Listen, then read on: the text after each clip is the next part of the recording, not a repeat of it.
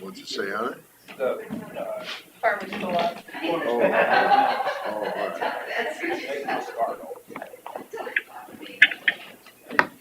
want to say the Pledge of Allegiance?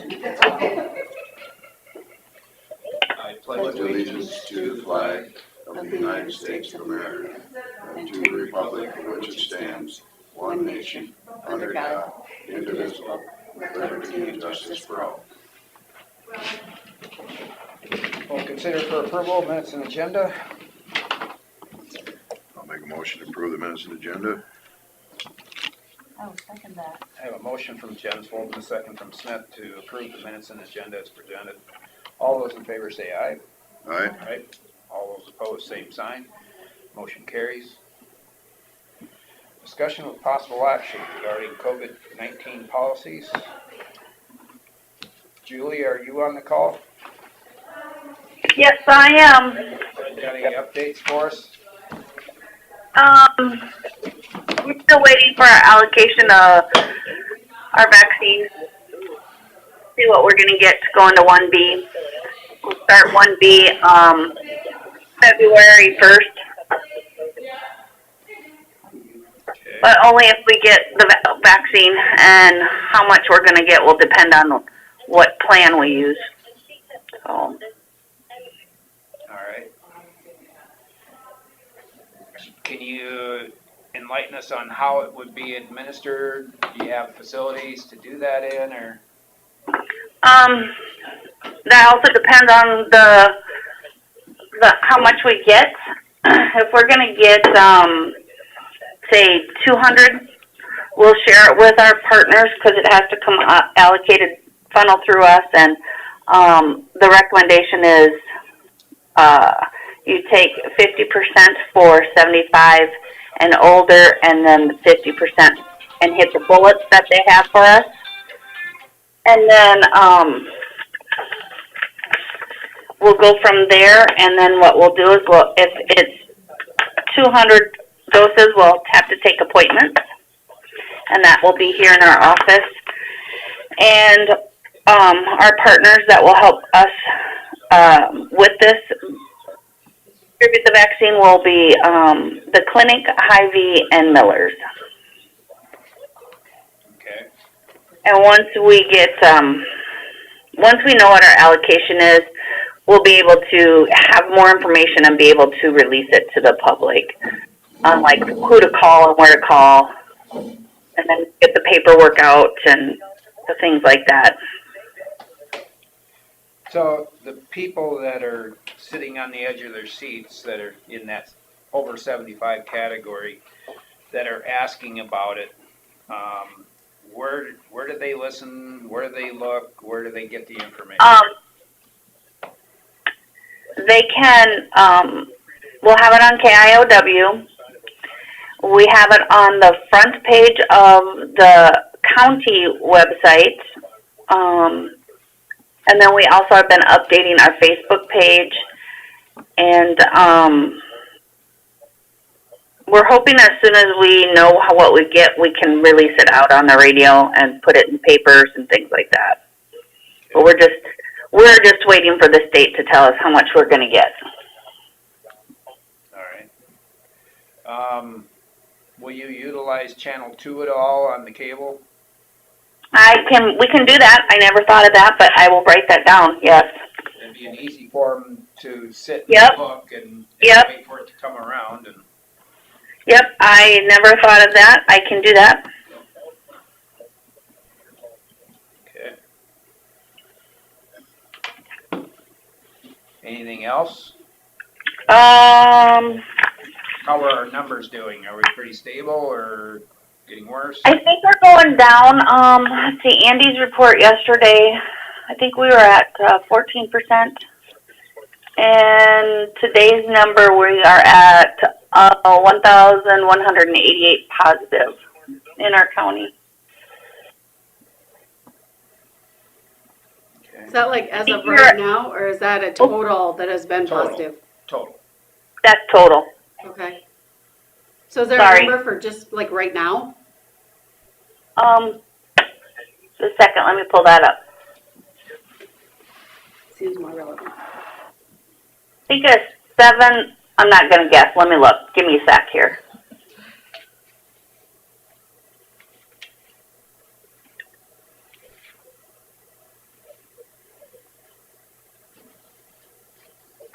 We had one positive pick from yesterday to today. Let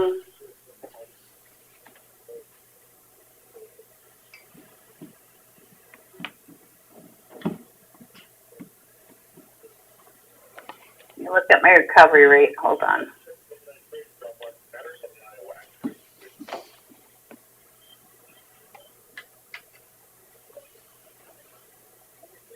We have in the county,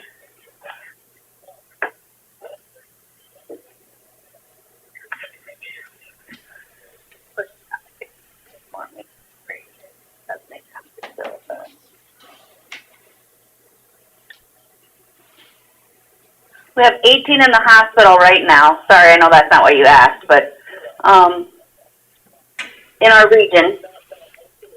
That's the region outside of the county, right? That Yep, includes that's well, how many states, counties there are? 7, I think. As of yesterday, we added just one more positive case. I think Andy said that we were at,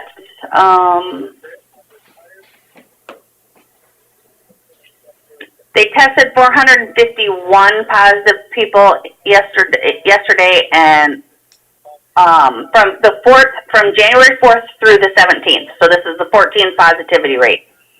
We tested 451, and we had a positive of 67, and the rate was 14.86.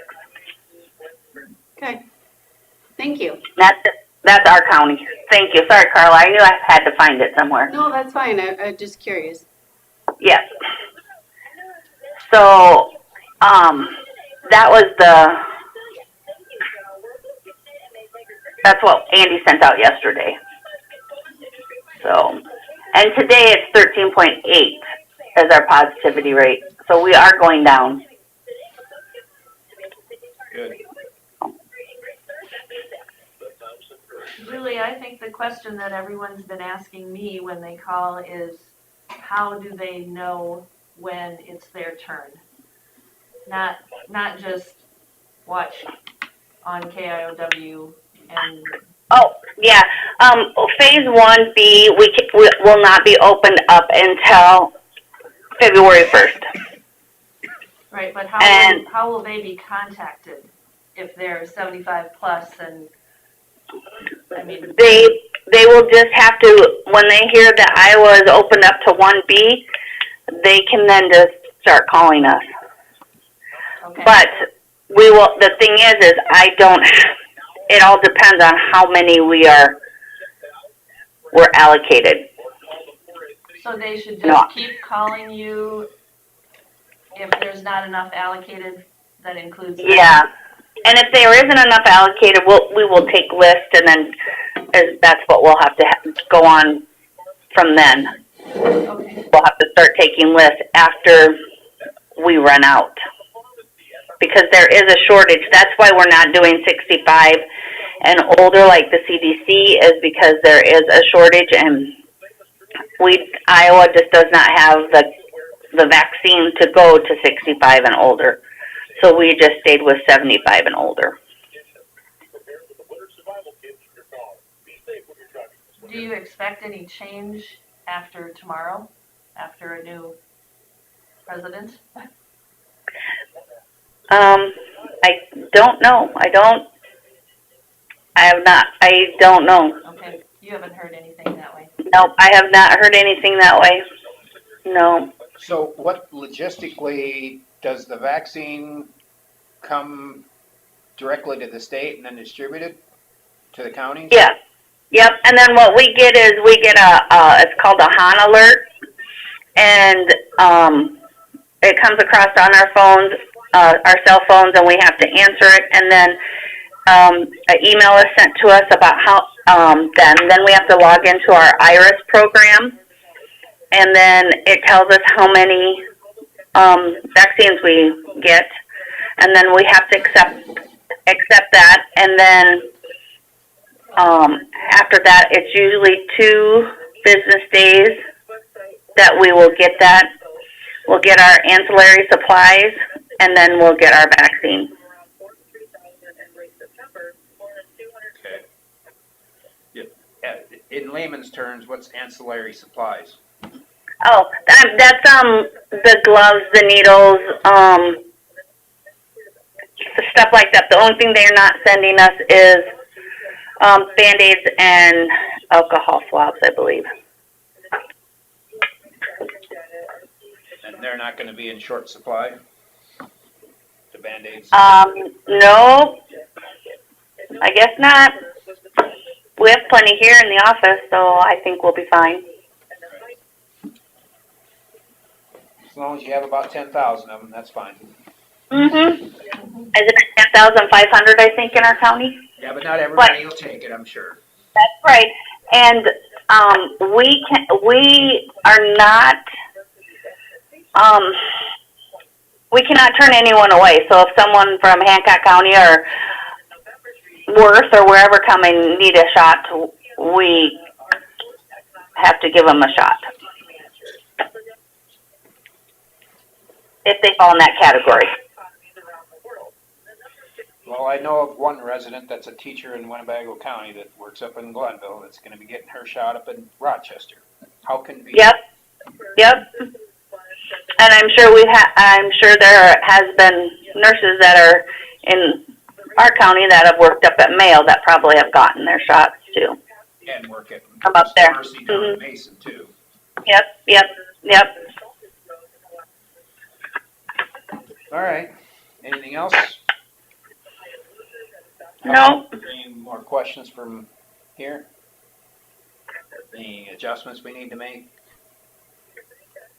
All right. Well, are you talking about this? All this.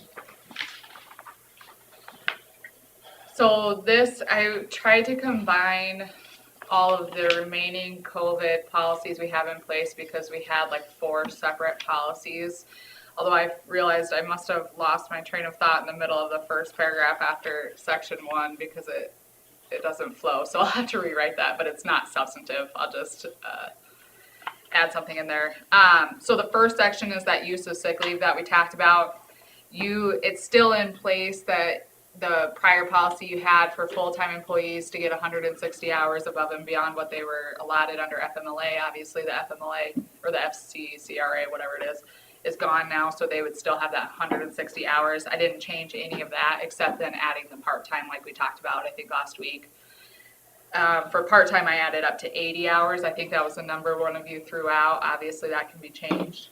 And then using their average number of hours equal to that for the last 6 months or the entire duration of their employment if they haven't been employed for 6 months.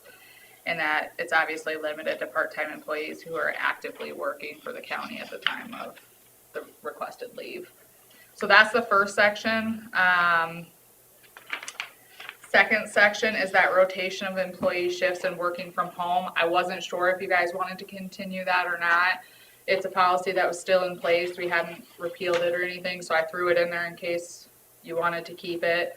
Just take a look at it. So that it was the policy allowing department heads to rotate their employees for 1 or 2 weeks. I don't know that anybody's utilizing that right now. Oh, there's one downstairs. Is there? Okay. And then the work from home provision that allows essentially the department head That's to what approve. she's doing. Oh, sure. Yeah, so I don't think anybody's actually rotating employees anymore, and I don't think they have for quite a while. Unless, Carla, did you do any of that with election stuff? Did you have to end up?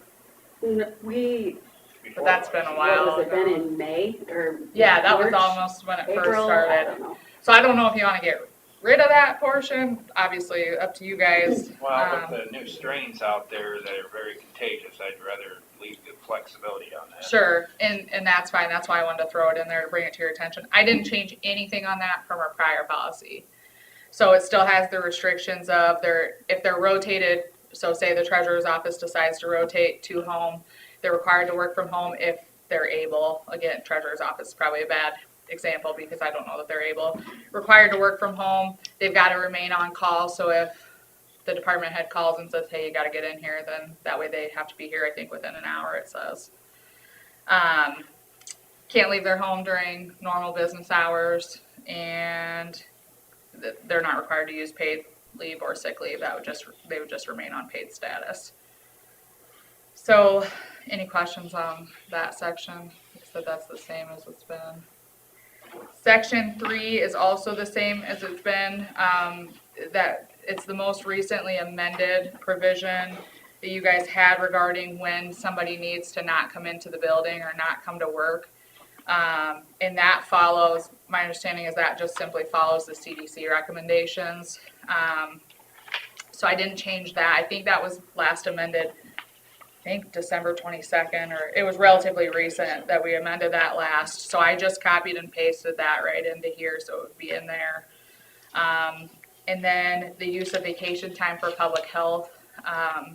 I don't know if anybody's talked to the Board of Health about that. We talked about it last night. Okay, and were they comfortable with that? So comfortable with what? With, allowing the public health employees to have their vacation paid out to them.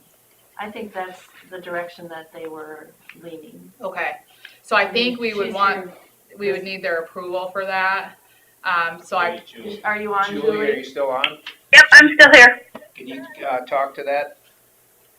Yeah, we had a Board of Health meeting and they were leaning toward that if that's what the supervisors So were in agreement with too. So, if we pass it, they'll go They'll along most with it likely go. afterwards. yeah, yep. So I just have that written as subject to the approval of the Board of Health, which sounds like you would have.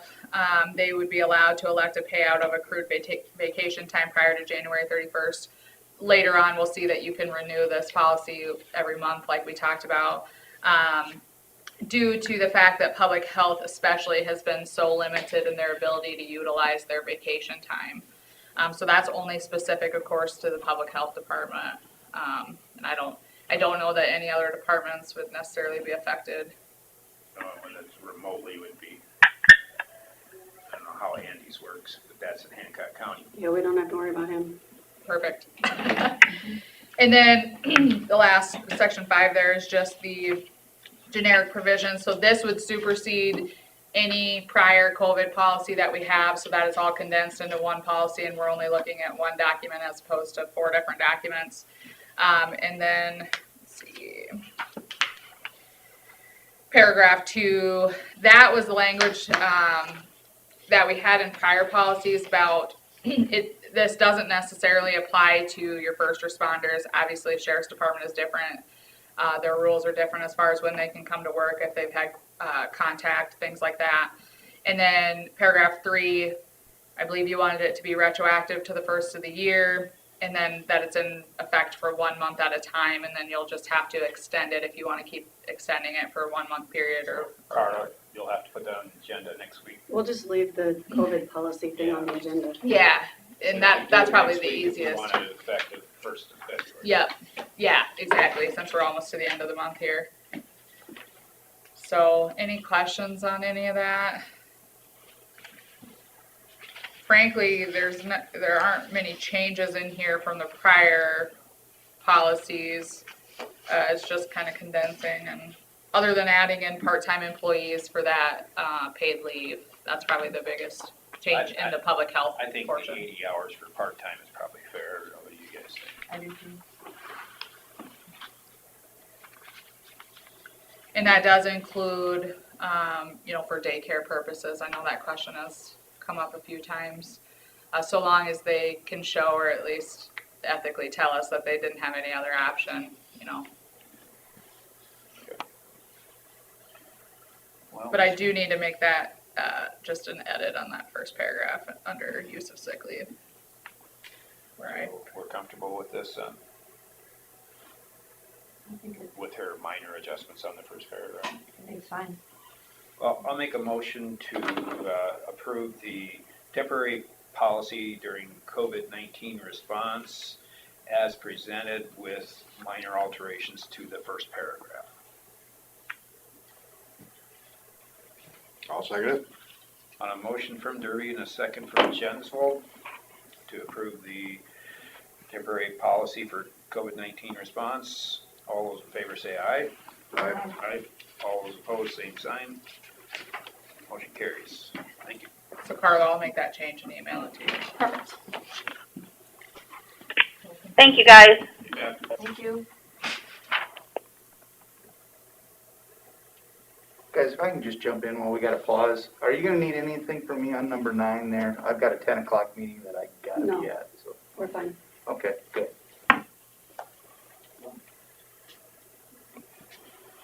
All right, consider for approval resolution for 2022 salaries.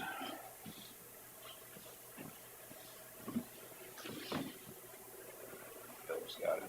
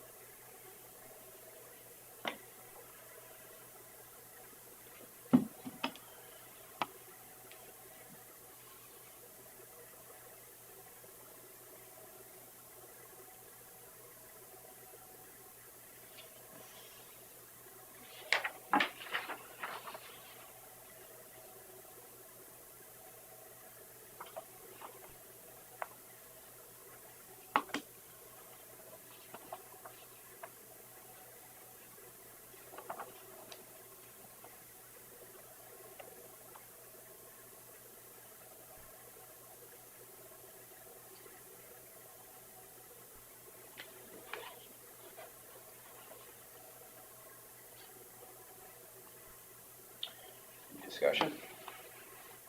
It was, the sheriff was 6.5, and which other one? Okay, so the sheriff was 6.5%. The rest of them were 4%. Yeah. And then there was the $500 stipend for the auditor and $1,000 for the chair. That was already That's in like place. 200, that's 6. Must be, my eyes are crossed. Need more coffee? Yeah, the 1,000 for the chair was in place last year. Yeah.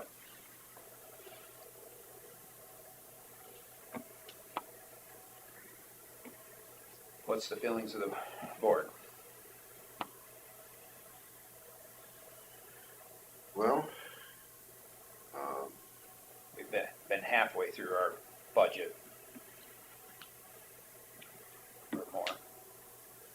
and most of the budget increase has been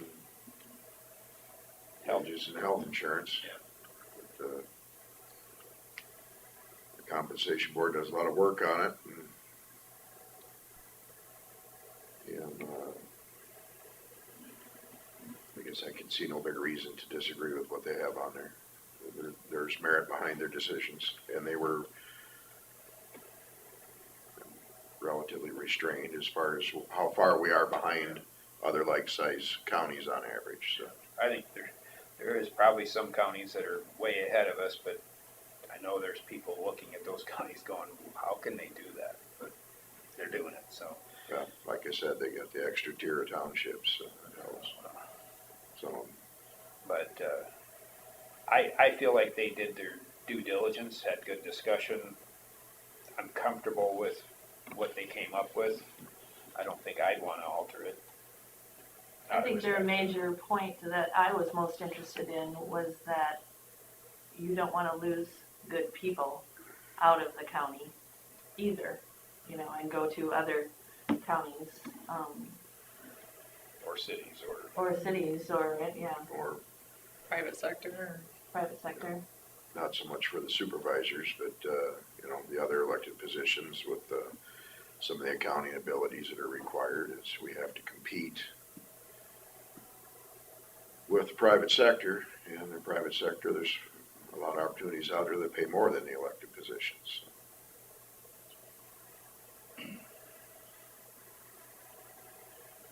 I guess I would make a motion to approve the resolution for the 2022 salaries.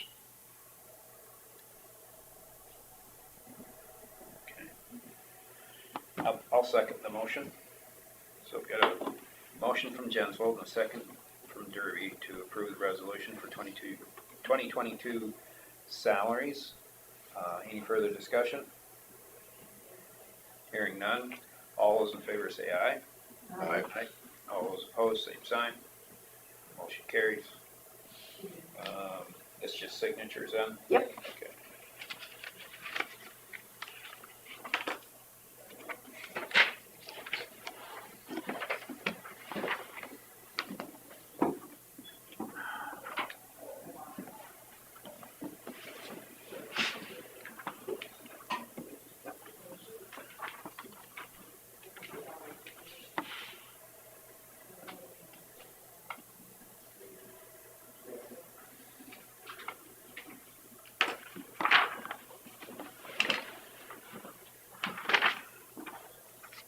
That one needs stamped, Bill. Yep.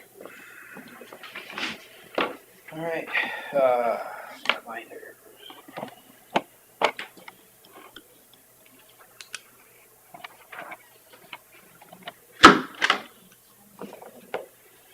Hi, Scott, we're ready for you.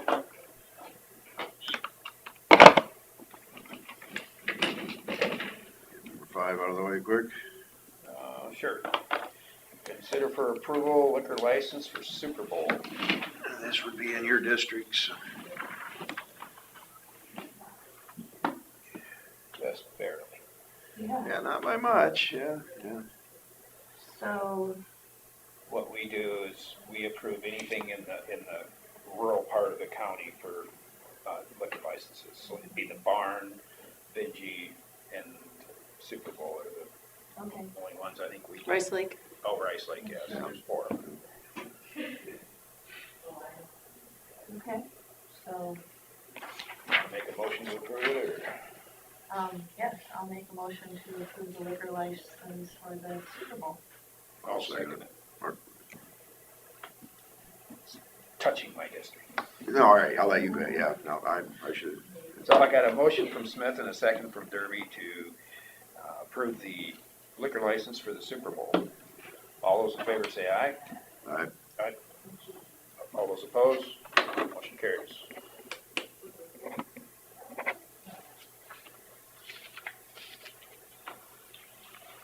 A lot of times if there's questionable, we'll talk to the sheriff about it and see how they feel about it. Okay, Which happens more during the fireworks permits than Yeah. most things. But most of these, we've had pretty good luck with them, so they're good for us. so the only time you would question it is if there had been an issue or? Incidents, well, you know, in the past, there's been some, not maybe in our area, but maybe in some of the cities where they question whether they want to give her like liquor license because of Serving minors or the something like type that? of dancers they have there and things like that. Yeah. Get away from the square dancing to something else. Yeah. It makes a big difference. Anytime they hire me to go dance in there, then there's probably don't deserve to have a liquor license. Morning. Morning. All right.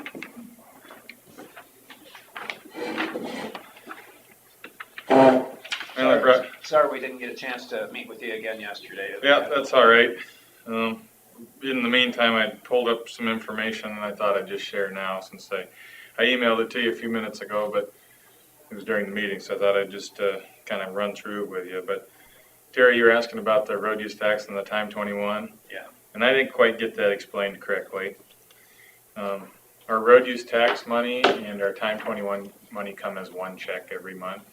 So that gets deposited into the road use tax revenue line, and then at the end of the year, we do a correction to back the time 21 money out, put that in the time 21 category. So that's zero all the way up until, June 15th or whenever they do that correction. And that would probably, does it carry over, or you have the 15 days because you adjusted your accounts to justify that year, or does it vary? So the time 21 amounts are and road use tax monies are tracked by the DOT in a spreadsheet that they have posted somewhere by month. So if we wanted to, every month we could split those amounts out, but just for Just simplicity. simplicity, we would just wait till the end, total those 12 up and transfer it over. But you use them in those categories throughout the year then? Yeah, I mean, both of those monies go into the secondary road fund anyway. I mean, there are two separate revenue accounts, but they go to the same place. You know, the money is actually sitting in the same place, so it doesn't really make a difference, you know, what name we put on that money. We can still spend it the same way. Well, thanks. Yeah. So, if you got any more questions on that, you can let me know. I was not remembering that transfer at the end of the year yesterday. I don't have much to report on the department today. We don't have any more information on our equipment quotes yet. We're kind of waiting on our vendors for more information. And it's kind of business as usual with the crew. I think they hauled a little bit of rock yesterday, but they had to gear back up and put on equipment. I think they're out right now. Starting to get the loose snow off protected areas, I heard on the radio. So we started stockpiling in Thompson this week. Our buffalo stockpile is complete, so that's a good step. It always kind of picks up steam as we get closer to the pit. So I would imagine after what you said yesterday about the price increase in the spring, the more rock we can haul now, the cheaper we can get it. yeah, I mean, they said they expect 2% in April.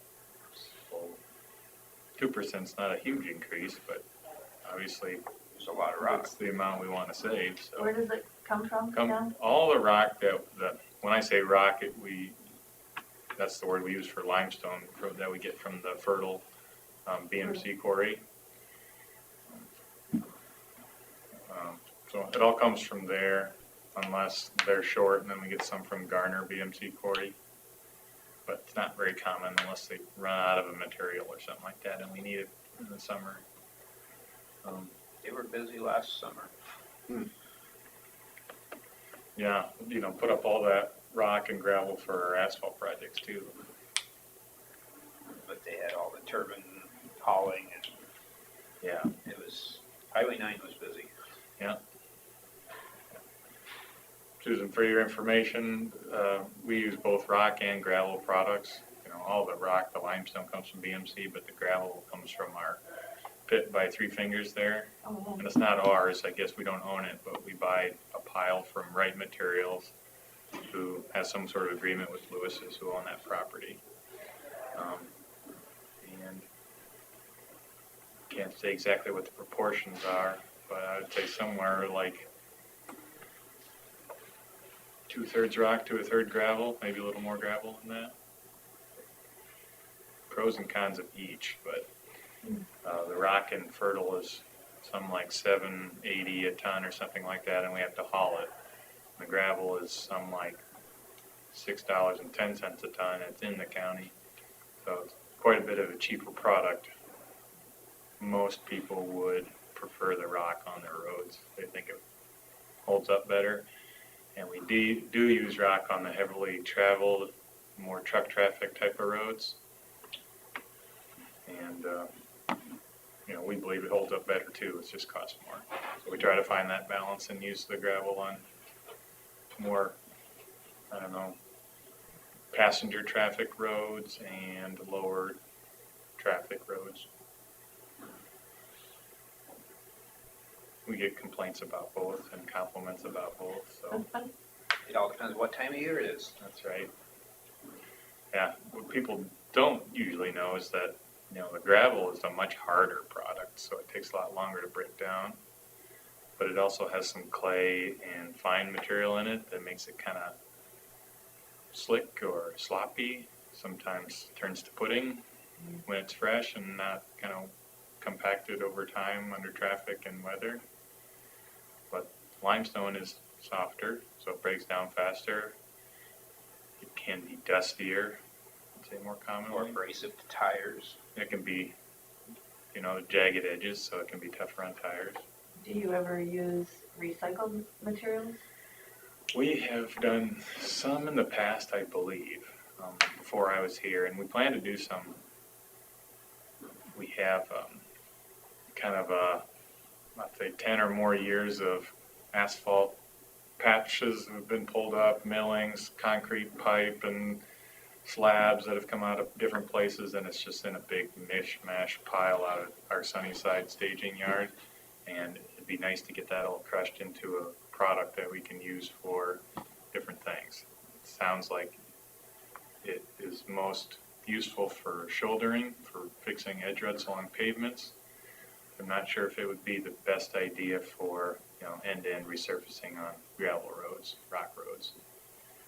We did get approached by Jan concrete plant about some crushed concrete, and we used a little bit of it for tile crossing that we did in the fall, and so the guys got to kind of see what that looked like. Again, I'm not sure if it's something we can use in large quantities, but there's probably an application for it. It's in the county, and I think we can get a better price on that than limestone. So I just built a circle drive on that Cherry Hill okay, site and used all recycled crushed material for that, and we'll see. yeah. Was it all waste concrete before it was crushed? I mean, was it like slabs that have been in the ground for 50 years, or is it like truck washout? Something that's like. I don't think it was old stuff, but I'm not sure. Yeah. Do you have any idea how big the larger particles are? Are they crushed down to an inch or 3/4 maybe? At least. Yep. Okay. Yeah. Happy with it so far? Well, so far, it's gonna have to have a top on it eventually, but Because it's a little coarse, I imagine. yeah.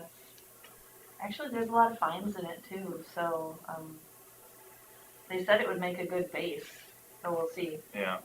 Stuff that they try to sell to us was 1.25 inches minus, and when we compared it to the roadstone that we used, the limestone, it was actually more coarse and had fewer fines in it. So it probably would have a tendency to marble if you didn't cover it with something else. It would roll around, and Right. you'd find windrows of really coarse, clean aggregate on the sides of the roads. And then if it doesn't tie together well, then it's likely to leave the road, from tires or snow plows, whatever. And Thompson at the hometown market, I know they bought recycled materials from Fleener over there. Yep. So that whole parking lot got it. At first, they were coring out things to fix the parking lot, put the bigger stuff in, and they overlaid it eventually with the smaller stuff. It was the top coating was a little dirtier to start with, but it seems to be holding up okay, but we'll see how the spring comes. Yeah, I think there's definitely an application for it, especially with the price they can make it for in most cases, I guess. So if you were gonna recycle what you have and own, what our county has, you have to rent Or Most- by the hour. or Most something. likely, we would hire a guy like Fleener or Jans or Reddings out of Algona does some, Sure. to come in and turn what we have into a pile of something else. Just pay a set price for that. Probably a per ton price agreement that we come up with at the beginning. Sure.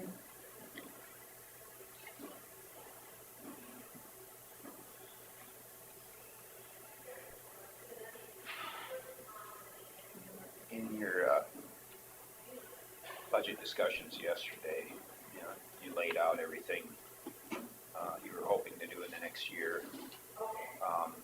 Does any of those projects fall within the urban renewal plan for our wind turbines?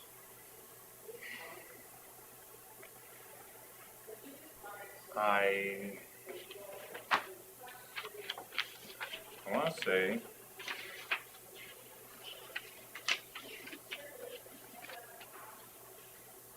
on one hand, it was seeming like in the discussion about urban renewal that if we did projects, TIF money, we'd have to You'd have to amend the urban renewal area. amended anyway. The area?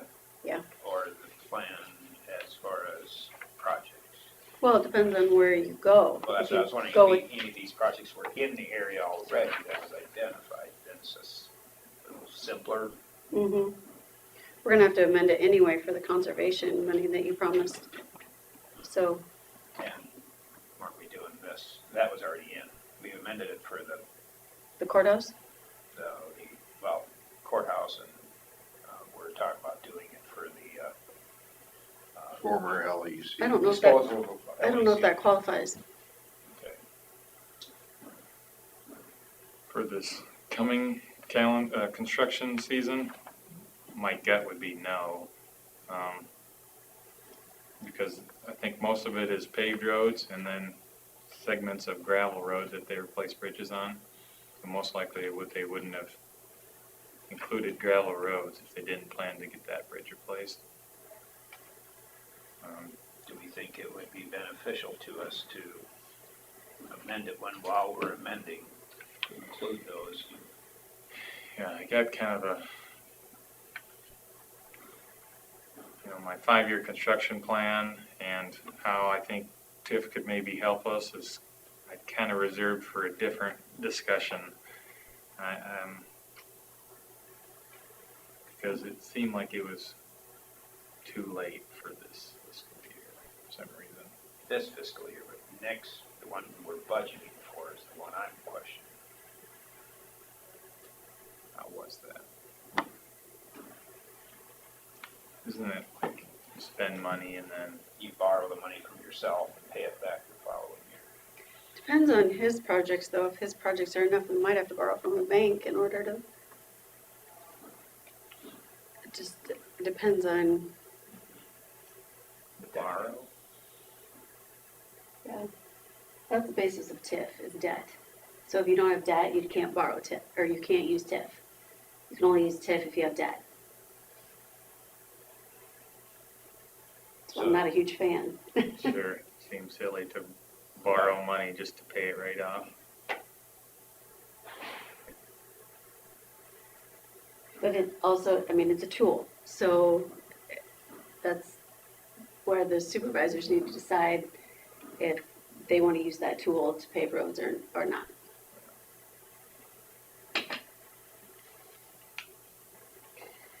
I think these projects that I have planned are pretty small compared to what might be better applications for TIF. In my mind, I had the idea that, maybe $1 million would be kind of minimum project scope that, is worth looking into this, but I don't know where I got that number from. So we got 1 to 3 million or something like that every year, kind of available if we need it. The one we talked about was possibly paving up at Asmus, that road by Asmus. Oh, That wasn't on your plan. no.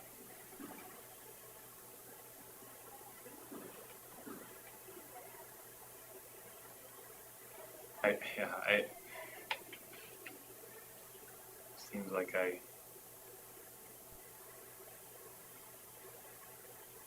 haven't spent any time updating those cost estimates or anything, but I guess until that's something you guys direct me to do, I probably won't. My thought is, right now, with the cost of the roof, borrowing to do that, I'd almost like to plan for the following year to possibly do that project or another following that. Okay. But I don't know what you guys think for priorities and how we do it. And if there's other ways to use those tools.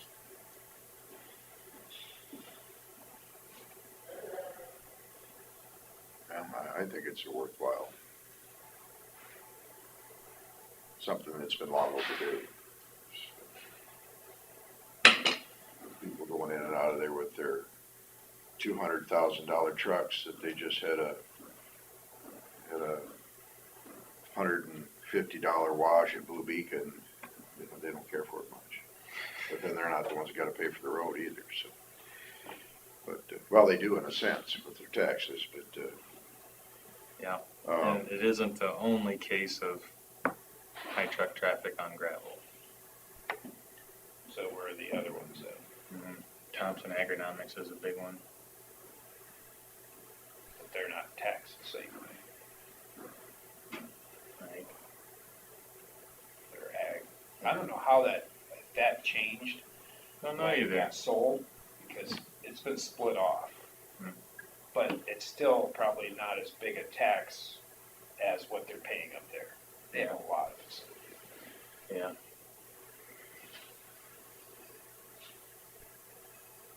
No, I understand the case for them paying commercial taxes makes a difference. Ag taxes are a lot less. When Thompson Agronomics was all one farm, it was all ag. Now that it's been sold to another company, I'm not sure if it's still ag because they're doing an ag product there. Yeah. So, but it's still, it's a longer distance to get out there. Yeah. Mile and a half just to the driver, mile and 5/8 to the driveway, and you go to the next road to make it 2 miles, you know? So to be clear, to me, that's what used to be Thompson Seed? See, yeah. Okay, yeah. And the other is the Buffalo Center, Asmus, rate, Rake, straight east of Rake. straight east of Rake. It's pavement, about a half a mile out there, and then you've got Yeah, he another, paid for himself. to the cemetery? No, the county paid for that. He didn't paid they? to his house. There's a part from kind of the rate corner, goes out a little ways. Yeah, I think the county paid for that, and then there's maybe a couple hundred feet Couple- extra. Okay. to his driveway, his farm place. His driveway, Where which he lives. I think he paid for. We paid, county paid up to the cemetery, and then he extended it to his driveway. Sounds right. And I think is what it was. And then there's another half mile going east, and then another half mile going to the north to get to his main Maybe a mile facility. north. It's more than that. What's that? Probably. Going north. Oh, he's only about a half mile. It's not that far. If it's over a half mile, it's not much, because there's still a pretty good chunk to get to the state line. Oh yeah, he's less than a half mile north, but it is not just right on the corner there. I can't remember, we had that all laid out, but I thought it was like 5/8 of a mile altogether to get to his driveway. The second driveway around the corner. Would it continue on to get to the state line then, too, though? I don't know. Well, he's got his fertilizer, he had, just Batch plant. you know that word, yeah. That's right on the intersection of, was that 30th and, let's see, 500. before, 40th 40th and and 500. 500th, yeah. Yeah. He had requested through Windward Betco at one point to pave to the corner and then north to his, I don't know, home place with the Driveway. Well, he actually lives. Corporate office. The corporate Mom, office, there you go. yeah. Yeah, there you go. That's what he had requested. We'd run some numbers on it at that point, and the taxes themselves weren't enough to pay Took a lot for of it. years to pay for it through his taxes. Yeah, And unfortunately, you know, some of those really strong developments help the rest of the county, you know, pay for all the other paved roads. He's done a couple of expansions that have created more jobs. We didn't add any more pavement or anything then. I don't think there was enough there to constitute getting into the state funds. Right, because RISE is dependent on number of employees, and he was only adding a couple at a time. Yeah, he didn't do it all at once. He did Yeah. a little here, a little If you there. had 30 employees, there's some opportunities out there. I think even 10 employees would constitute qualification for RISE. But it all depends on the case. I anywhere close on the right? There's rake.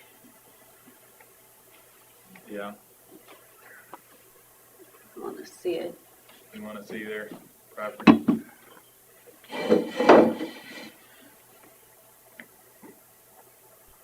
Gotta zoom out a little bit. Click your red X up there to get rid of the results. Or not the red X, that one, yeah. Yep, so here's kind of the corner rake, right? And paving goes to here, so you got maybe 3/8 of a mile here to the corner, and then maybe a quarter of a mile. Can you do distance on that? The ruler. 3/8 plus Click a on half. the ruler. Those are fractions. There. Go from his, yeah. Do that now. From where? Click From from here? his driveway, end of his driveway. No. There. That's fine. Here, down to here, Click. down to here. Double And click. then double click on his Oh, driveway. Back on the driveway, there we go. So, It's hard driving from clear back here. if So you go, 3,400 feet. 2/3 of a mile total. What is that?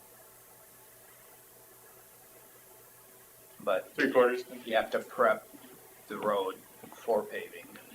Yeah. It's not just an overlay. No. It's a fairly substantial gravel road though. Yeah.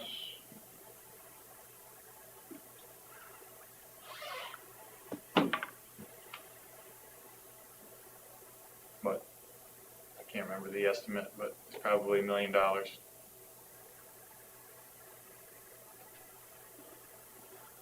Depending on what we do.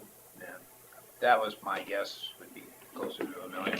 Yeah. If you were just gonna pave something, 4 inches, it might have been only, $500,000 or something like that, but when you gotta prep it and put extra in for that first paving. that wouldn't be an area up there for economic development at all, or that's all privately owned and Yeah, it's all There's no- privately owned. There's no pipeline. through the- industrial park or anything like that. The pipeline, I'm not, there again, that anhydrous pipeline, where does that go up that way? The one that goes by Tom's? That's now dormant. It's not around his place at all. It must be closer to Priceland then. Yeah, I think it's further east yet. Boy, it's been a long time since I paid attention to that. Now everywhere I go in the county, I'm trying to think about Expansion expansion in areas for, in the county proper. I mean, there's people that go to Hospice Farm Supply from around the world, and then they have to drive on that last little bit of dusty gravel road to get to this big fancy place. give You know, them a taste of how the rest of us yeah, live well, anyway. yeah, come and eat our dust, but, yeah, I mean, it's something that should be done in my mind, but do I really wanna spend the money? You know, it's a lot of money.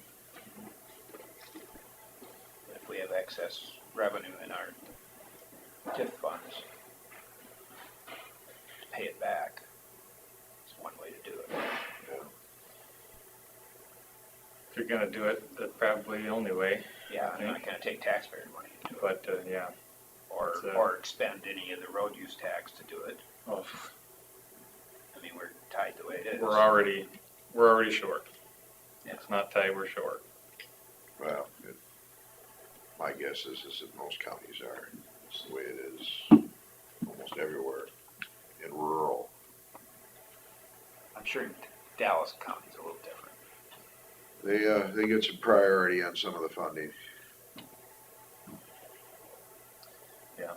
They have 1,000 vehicles a day on a lot of their roads, and we don't hardly have that anywhere. Yeah. At 5,000, probably 10,000 in some spots. Yeah.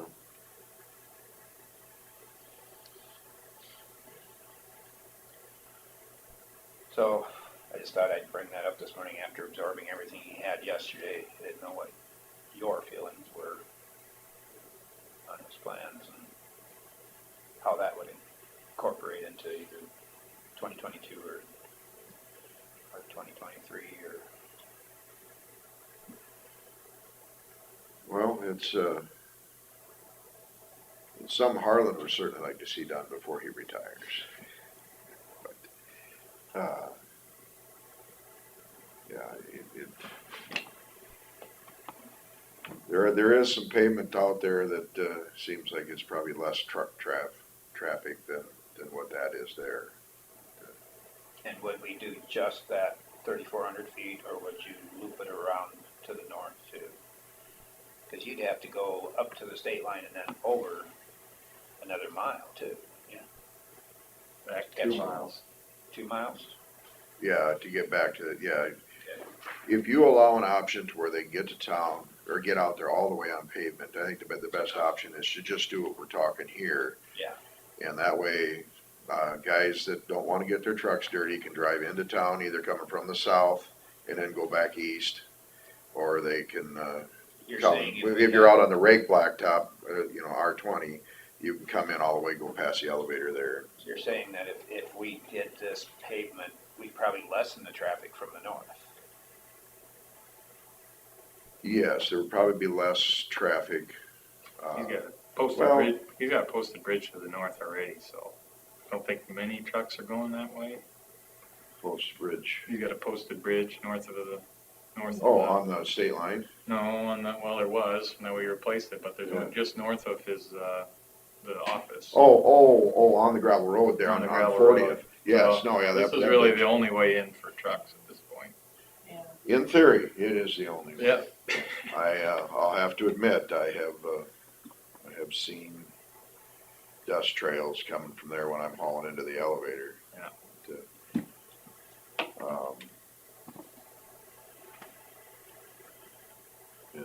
Yeah. It doesn't make much sense to go out to the north, cause then you'd have to pave 2 more miles back to R20. So, do we feel it's important enough to include in the next year's planning, 2023? After we've finished the courthouse and gotten our money back there from the TIF funds, we'd have that revenue in our, that next year, we would have the TIF funds transferred over to a more usable money to borrow against, right? I think that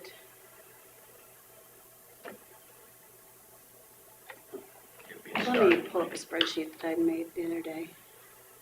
Because if we have a budget of, I don't know, 800 and some thousand on this, and it all gets used up, we're borrowing to do that, it comes back the next year.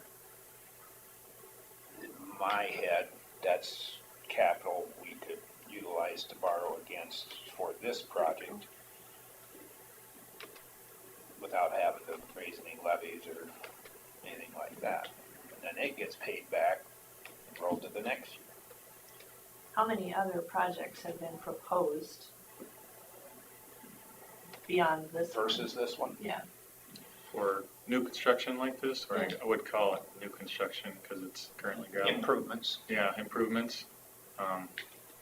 I can't remember any since I've been here. I know one church group that's pushing. Yeah, pretty hard. that, and there's been developments that haven't come into fruition that I think have, I know one church group that's putting together a petition. sure. But Are you on the maybe if board? they started driving their semis to church, then they would get more. it's got. I truck- just am curious about, what other, One other one that I've seen that always made sense, it should have been finished as a paved road just straight off Highway 9. It's almost a shortcut to the interstate, to Mason City, because everything else Oh, backtracks. going straight east there off of Highway 9. Yeah. Yeah, when I'm in a hurry, I take that route, so I don't have to backtrack on the pavement the 2 Yeah. miles. Then again, that's a lot of miles to pave. Not with my truck, I don't take it with my truck. I've been probably programmed here, but, my staff lived through our budget appeal in 2008, and at that time, they were looking at turning roads from pavement back to gravel, just because of the state of funding. Yeah. So, I also look at the rural areas dwindling down to no housing out there. It's all being eliminated because there's no paved roads to have a house on. Yeah, And you go up into Wisconsin and just about every road is paved up there, and they have a lot of housing up I there. don't know if Indiana has any gravel roads. Yeah. They're back with my, and it's not full-fledged, pavement like what we have on our blacktops here, but it has some kind of an overcoating on it that, it's kind of like the cheap version seal. of, I mean, it's not fancy, doesn't have any painting on it or anything, but all their gravel roads out there are, Like a chip seal. yeah. But they have a lot more people living on all that out there too, so. it makes a difference. Yeah, but, you know, I mean, if someone's gonna build a house, they certainly aren't gonna build it on a gravel road most likely. Unless they're already there on an acreage or something. I think in most cases, the paving follows the people more than the people follow the paving. That would probably be a true statement. But it could possibly end up being that way, but there's not a lot of traffic back this way unless there's some kind of job opportunity that pops up, so. I'm just gonna say, I believe that there is enough TIF funds that if you wanted to add projects for secondary road in 2022, there, you would be fine. But we'd have to borrow externally to do it. That depends on how much money Scott's got in his budget. I mean, probably, I it don't, just depends on the size of the projects, and we only have, my current projects, of course, use funds that we have. we only have till 2028. So if we delay it too long, we're gonna be running out of time. Yep. But in 2028, and all the tax dollars are also coming to us, so. No, they go back Only our to all percentage will the, come to us. Now, we're tying up all the taxes on those, turbines. No, I'm, So it goes back to the schools, it goes back to the college. So right now, the schools aren't that gaining part of it. any. We still get some of it. Yeah, Yes. Most of this is in the Forest City, North Iowa district.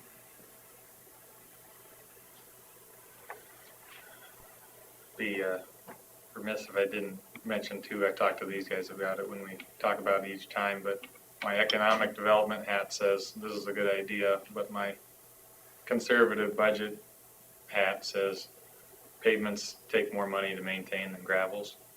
So even if we get it paved, that puts us at a little bit of a burden going forward, But taking care of that road. we are gaining more turbine monies to help with that.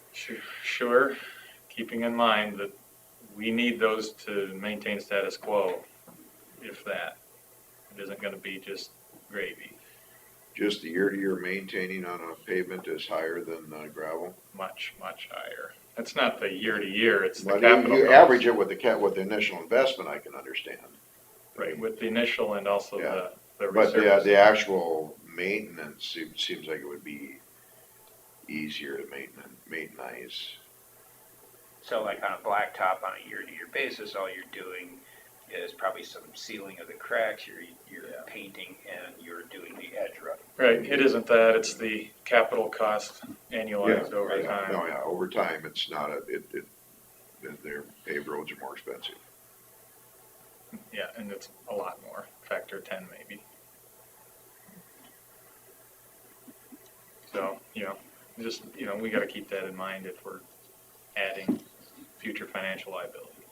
That's the difference between the Osmus project and straight off of Highway 9. Yeah, That one definitely would be Oh. a burden down the road, where this one, we're talking a small Yeah, that- portion that is already partially paved and You can, it's a minor inconvenience, but you can get all the way that distance on pavement.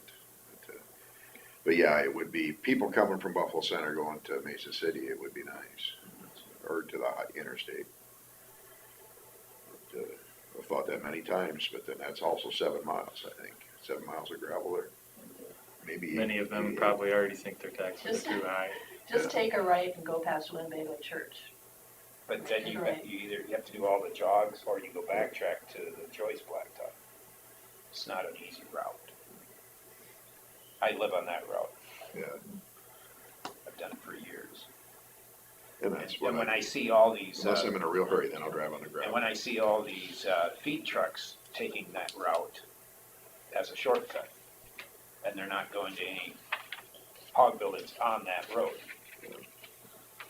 it puts a burden on that road. We tell them to not use it when they could easily use a blacktop instead. I'm not sure why they have to go down that road. Personally, with my truck, I would go out of my way to drive on the pavement. I mean, yeah, not 6 miles, but if it's only 2 miles out of your They way, come from the feed mill through Thompson, straight off 9 on that road. Why can't they go the other direction and past the bulk plant and up on the Winnebago Church Road? makes sense. Well, there's another one that's just straight north of Winnebago Church that people cut across all the time from Yeah, the blacktop well, where but my home place is to Joyce. straight off the Joyce Blacktop. It meets up with a mile north of the Winnebago Church on the blacktop, Yeah, and then you turn right and can get straight to the Joyce right. blacktop. That's one we've talked about for that wedding venue. That one is, Just so you know, the Really wedding is. venue was gonna be a hotel, and they wanted us to take that all the way from that corner, all the way to Highway 69. oh, That wasn't gonna happen, because it's not a road meant for that. It would take a lot for that, just that one section. It's 2 miles of Yeah, it's not great. really hilly, narrow, got a bad bridge on It'd take a lot of dirt work, it'd take a lot of fill or rock and Yeah, it's almost too much to think about. yeah. But if you're talking semi-traffic, like Asmus, there's semis use that road Yeah. a lot. It's, I mean, I'm not saying it should be blacktopped, Yeah. I'm just bringing up another sure, side. yeah, anytime you see a big grain stack too, you got a potential source. I mean, Absolutely. we got half a dozen farmers maybe that, we kind of keep an eye on in the spring through their, they're hauling on contract per month or whatever. And it's not always the best conditions to haul. And maybe you got 3-4 miles to the blacktop and they'll just, tear apart a road, and that's hard to see, but you can't pave to every one of them. and there's none of them that Osmus has trucks all year round, and we're talking hundreds.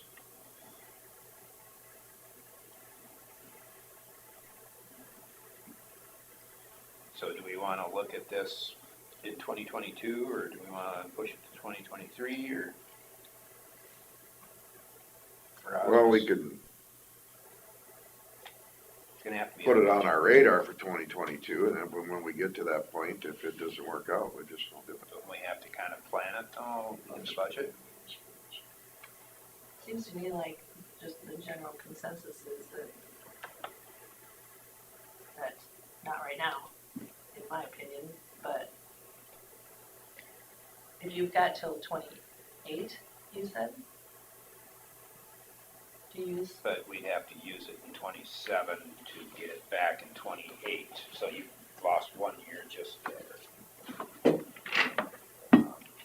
6 years. And we built up pretty Yeah, good. but we'll be having the same discussion in 6 years. Have you seen It's, the budget will be the same, everything will be the the same. excess funds in the TIF fund? It's, yes. Okay. Yes. The only thing that wouldn't be the same is we'll probably have quite a few more existing paved roads that are in pretty bad condition. yeah, no, yeah, it's all the stuff that was repaved all at once is gonna start going bad all at once. And the South Mill Road is, there's some challenges on that. But I'm not complaining about it. I drive on it all the time. Just drove on it this morning. Well, I guess like I initially said, I'd feel comfortable, programming it for 2023. And work it through the TIF funds.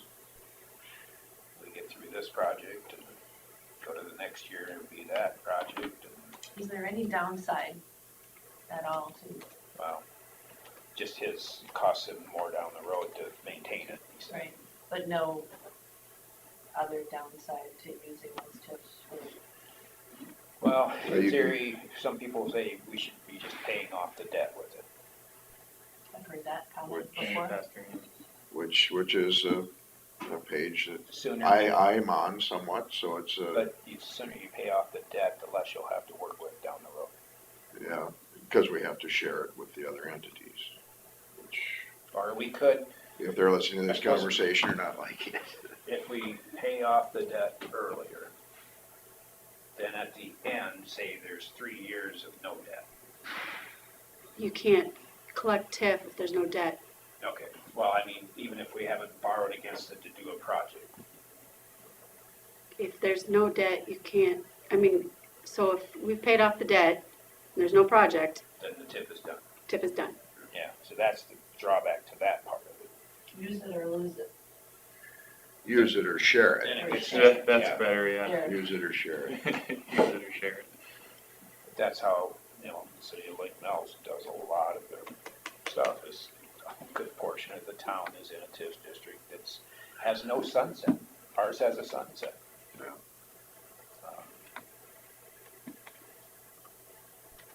They're constantly updating their renewal plan, urban renewal plan to accommodate new expenses. So it's not like it's not done by other entities. Forest City has a much more limited urban renewal plan. The college is in one of them, but that has a sunset. The non-sunsetting one is down by TSB. And I'll have to admit, I'm not a big fan of how they do things with the TIF. It just doesn't quite seem fair, but, Well, to me, if it has a sunset, it's fair. yeah, If it doesn't have a sunset, it's then it's more fair. Another downside might be, I'll be proposing some rehabilitation, resurfacing projects to be spent from TIF, so it depends on how much you wanna use. So, How much it'd we be have. beneficial to us to have that sooner than later. Yeah, I know. Well, it'd be really beneficial to know And what a paving project like that See- would actually cost. And The improvement project. the improvement. And if the school got that money, they'd end up having to lower their levy anyway, or they just give it all the way to the state because they don't have enough students. Yeah, So, I mean, it's, they get some backfill for so the water. taxpayers are gonna get some relief off of it anyway that way. So The formula for the schools, I think, where they backfill some of the TIF funds that were not given to them. That's why you don't see Lake Mills complaining as much. Well, if you can get that to us, at this point, I'd like to, if you guys are okay with, just kind of start planning for 2023 budget on that project. And maybe any others you're looking at. I'd like to do that. It's like one of those things that's always second on my list. you But know? it's gotta be a little give and take too. Oh, certainly, yeah. My intention is to try to, all those paving projects from 2010, I think, to try and do some maintenance to spread those out so we have, Get 25 or 30 years out of it. each pavement is 1 year, 2, 3, 4, 5, instead of 1, 2, 10, 10, 10, 10, 10, and all of those 50 miles come due the same year. Yeah. We don't want that, so my intention is to try and spread that out. Takes quite a sort of analysis of the system to come up with those treatments, so that's why I haven't gotten it done yet, but I'll make that a priority. if we do that, we just as well pave North Mill Road too then. One of my campaign There you promises. go. One of my There's campaign one too that promises. gets brought up time Yeah. to time. That's got a lot of traffic on it, especially me.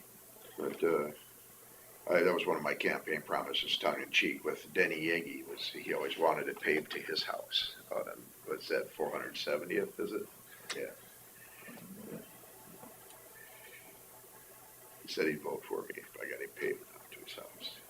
Something like that. Well, there's one for sure I don't want you to consider, and that's the Snake Road. I don't want any traffic on it, so skip it. High enough traffic going to It's, school you know, anyway. The way it is.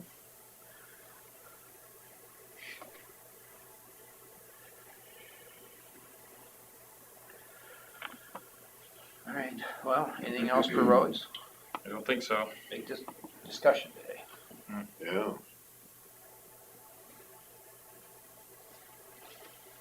All right, move on. Auditor's office, we'll discuss drainage matters.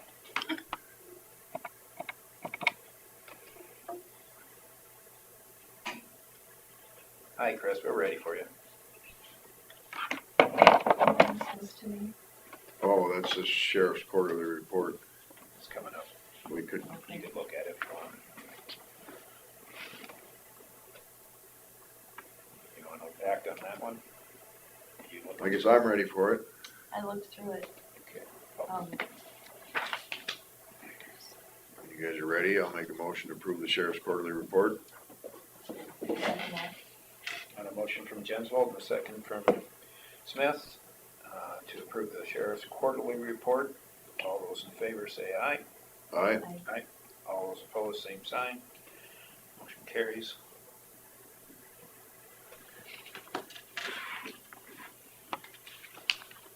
Aye. Morning. Good morning. What do you got for drainage for us? I don't really have anything today. I have to stop in and see you at some point. Okay. This was Mathis. Oh, good. Okay, good. Actually, I can just take it now. And Well, I was gonna talk to you about it. then... Oh, gotcha. Okay. If it's there, it'll remind you. I don't get to see it till I'm picking it up and Yeah. Okay. signing. I wanna make sure it's done right. Oh, sure. I'm trying to learn. Sounds good. That's perfect. Thank you for having that. I'm also a trustee on the private trustee district of 12 in south end of Thompson. Is that the one that's got a notice meeting right now in the papers? It probably- They all did. Yeah, They all did. They But have we didn't have drainage election. elections for their trustees. But we didn't have any elections this year. Ours, January. No, Sue did, yeah. I was gonna say, she did. That's the one. We have, there's 1 year we. That's what's in Are there. they 3-year terms? Yes. Okay. But every year there's an election. That's why I wanna make sure it's done right. Mm-hmm. So I actually haven't been on Highway 9 this week in the daylight. So I don't Okay. know if they're digging this week. They dug last week, didn't get a long ways, but there's huge frozen chunks Okay. laying everywhere. Yeah. So it's not fast digging. I went by there. I forgot to look. Yeah, it's off the road quite a ways, so you have to really Yeah, look. it's like, what, And I haven't been that way half since mile, Christmas. 3/4 mile to the south there. You see the equipment sitting there all the time, every time, but last time I went, I forgot to look. In the 4 good days last week, it didn't seem like they got very far. Yeah. Could get tougher and tougher. Just getting a hole in the ground to start with is probably the tough part. Getting everything out. It's better than it could have been. We've had a lot of below zero weathers. Hardly any. We've had one day to get below zero. It was pretty nice last week. Yeah, I mean, all winter, I think we Oh, only yeah. had one day, maybe it only got to zero even. But I'm sure it's at least frosty this week, Mm-hmm. Yeah. especially in the area that's exposed. Anything with stalks on it probably is okay. Do you guys have anything for drainage? I think so. Did you ever figure out, is there drainage near where the hog site's going? One of the trustees of Private business? the private is gonna meet out there Okay. with us, on this. Okay. I told him the time and date, so that Is it there a was concerns. trustee drain that's by there? It's in the 22. Section 22. Now, Scarville.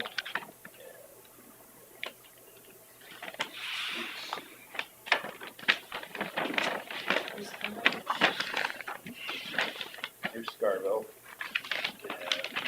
To the corner of, So here's Vinci, so here, yep, so it just kind of comes up across the road there. That would be DD 18. Oh, well, that's not it, that's you guys. Yeah, that would be our control. Oh, It's a lateral of, it's the southeast quarter yeah, of Right there. 22. right by the T intersection. Mm-hmm. And So- it's a little north of the, There is a main tile, the end of the DD 18 main tile. Okay. Goes right through that property. Comes On the kind of southeast corner. on the north side of the T intersection, slightly angled, and crosses the road. the actual site is more here though. Oh, okay, It's more up in here. so they still maintain their 3/8 of a mile from the house here. Okay, So it's a little north of but they that, still, but I think when the DNR comes out, they still look at how does it gonna affect the drainage, Yeah. any spills or anything like that. So Most definitely. that'll be part of your matrix. I'm sure it's, Sure it's in there. In your Which- light reading, I'm sure it's in Yeah. there. Did you get when Carla gave it to me, it was still hot. Have we ever had an accidental spill into a drainage system? Yes. Accidental? Well, We've had intentional. I know that, but you know, really, some of the locations that they don't okay because there's a dredge ditch not too far away that would be away from, a long ways from where everybody lives, but they can't do it because there's a dredge ditch right there. To me, it's like, you know, it's pretty, you gotta be pretty irresponsible to end up with manure coming out of your pit. it's too valuable to lose the manure. Oh, no, yeah, nobody wanna wants to lose lose their manure down a ditch. And, you know, then there's people who've done it intentionally in the past. Anything else for drainage? All right. We don't have a lot for you. The next one. I mean, on this. I think Right. Bill's got that over in that pile right there. Oh, yep. And it's not the mail tile, we're not delivering mail, it's the main. Consider for approval, pay estimate number 6 to B&B Farm Drainage for Just DD have it 11 here. main tile. I just looked at it. Main tile. Not the main. That must have been one of those days we were having trouble with the agenda. Well, you just type it and I did not even proofread my Here own. it is. I just got done looking at it.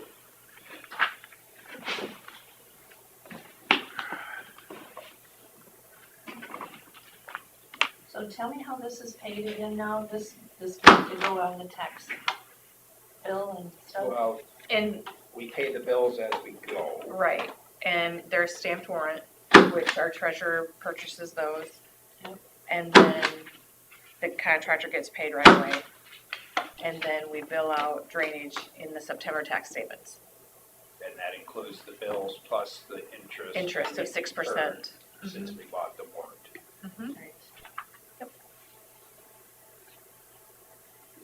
And the ones that wanna let it ride, can let it ride, and the ones that wanna pay it off. And they pay 6%. The ones that let it ride. But you have to line it up. It's not just let it ride. It's, Oh, right, they have to set up a payment Well, plan. no, yeah, I mean, it's, but they're not paying for it right away. Let me read. Some people choose that option, yes. Yes. letting it ride is what we've been postponing every month.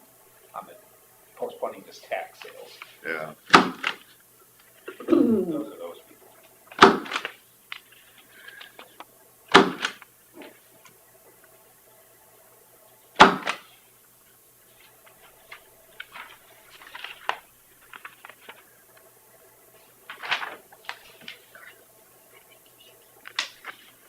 I think you're right. Keep the table there. Yeah, I'm gonna keep this table for me and that for visitors. You know, it'll be nice not having you over there in that corner, I know. trying to get through there. Right? If you just got rid of the vault, we'd be a lot better off. Oh, Terry we can't wants, do that. Terry wants to get rid of the vault and open up the room. I can build you a building outside for storage. That's a no. It's a big no.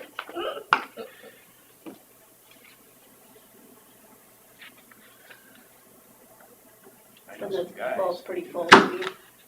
And it's, I need to just get rid of alt.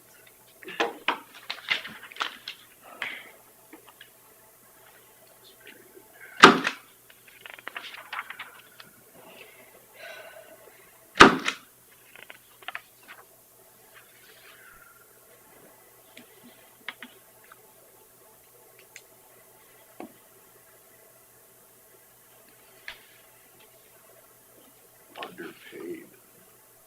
Oh. Who's that for? Chris, Yeah, we failed last time to pay him, 2 of the holiday days, oh, so. And then Then we gave another gal too much, so we had to take hers away. oh, that one was more painful. Yes. Yes. Yep. Yes.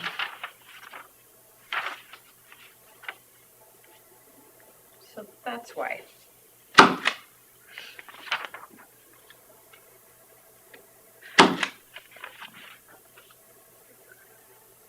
the holidays get a little confusing for the 24-hour employees. I'm just trying to understand how this reads. So I'm just looking at the 54-inch RCP. The 1500D, it must be a rating on it or something. It's not 1500 feet. Right. It doesn't say how many feet altogether. It doesn't. And You're right. So it says this period we have 599 feet. Total to date, we've had 4,024 of that pipe. Okay. How much more of that? So he hasn't built anything for anything smaller. So a Yeah. lot of it sitting in the field is smaller than that. Right. So I don't know.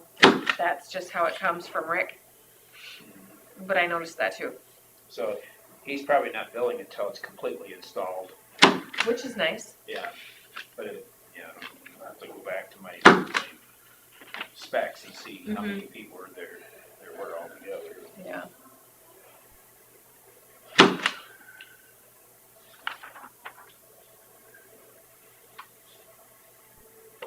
I gotta scan this. Okay. I'll make a motion to approve the pay estimate for number 6 to B&B Farm Drainage for DD11 main tile. I'll second it. A motion from Derby and a second from Tinsville to approve the pay estimate number 6 to B&B Farm Drainage for DD11 main tile. All those in favor say aye. Aye. All those opposed, same sign. Motion carries.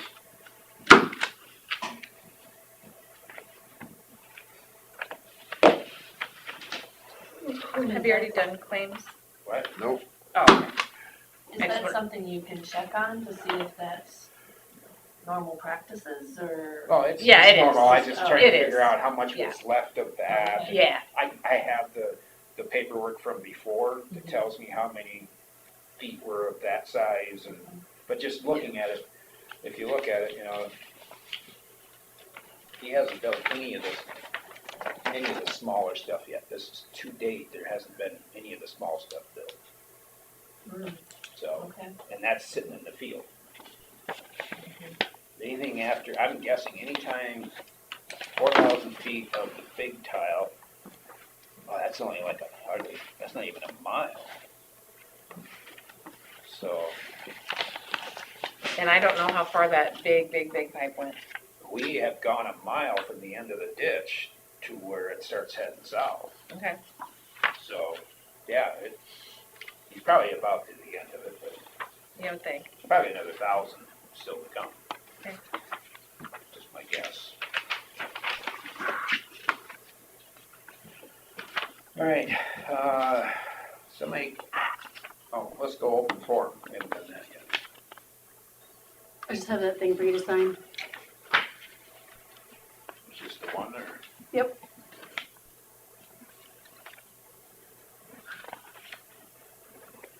What about I haven't signed the one before this, have I? You wouldn't have. That's for January 2nd. Oh, until, I'm looking at the wrong end. 4th, January 4th. Yeah, whatever. Early January. Anything else for open forum? Hearing none. Semi-monthly county claims. Anybody have any questions on those? Yeah, I did. Okay. There was one, and I wanna see, what data processing, that was what it was under. Postage, mailing, and freight services, $5,000. That is something from Eric, I don't know. Who is it paid to? Does it say? IP Pathways. Yeah, that's Eric. Postage, mailing, and freight just seems like a lot of money to get something Yeah. postage, sent by the post office or mail or freight. Eric here. No, but I can call him. Just wondering if it's in the right category. Hardware, yeah.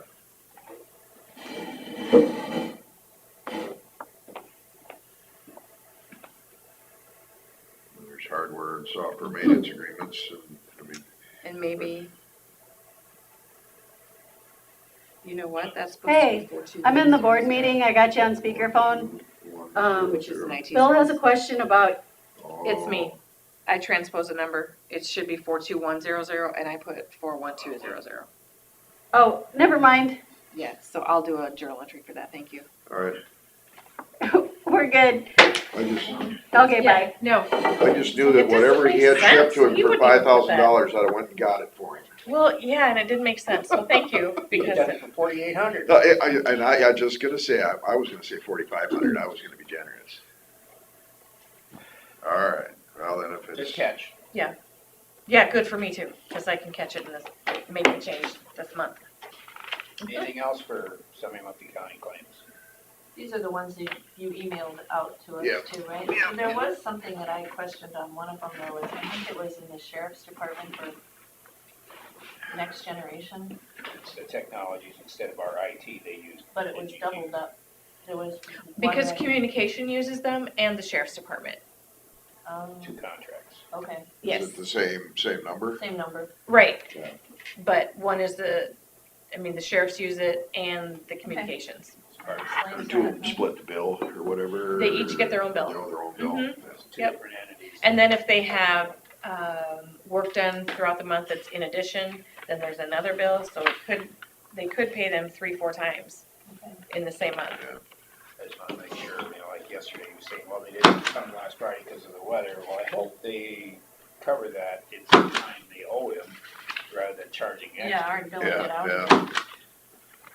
Mhm. No idea how that works. Oh, Okay, right there it is on the second page.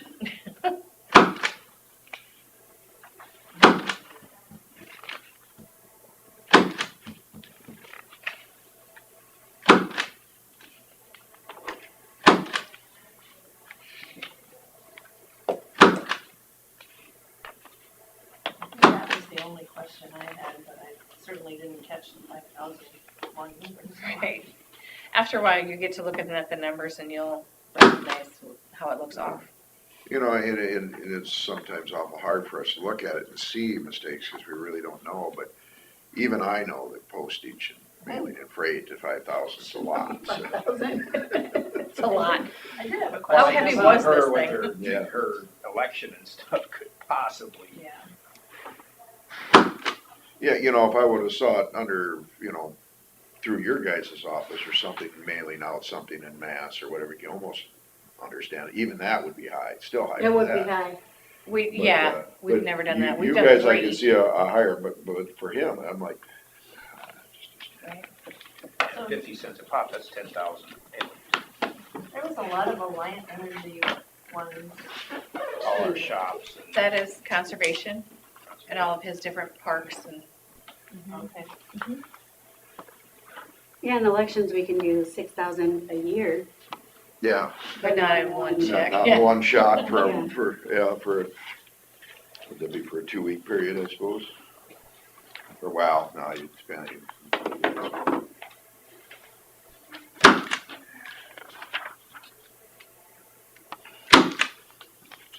And Susan, if you ever want to come and look at claims, please feel free. They're open, Sure. you know, and if you ever have any questions. So all of these B&B farm drainage in this batch is just a payment that you've already, Yeah, it's the one that you have, that you approved it today. is that one? Mm-hmm, Okay. yep. If you wanna explain the smaller amounts on The- drainage payments? The many $1,000 ones, all going to the same entity? I don't know what you mean. Multiples. 1,000 here, 1,000, Yeah, 1,000. Those I did 5,000 because we're gonna have such a big bill anyway. Oh, yeah. So normally we would do them in $1,000 increments, so I would have done 62 of those. Okay. The Yeah. law used to be that you could only do stamped warrants in increments of $1,000, but just recently they changed it to make it 5,000 because the prices have gone up so high. So, Right. Big It takes budget. nothing to go through $60,000, so. Well, any more questions on the semi-monthly and semi-monthly? I'll make a motion to approve the semi-monthly county claims.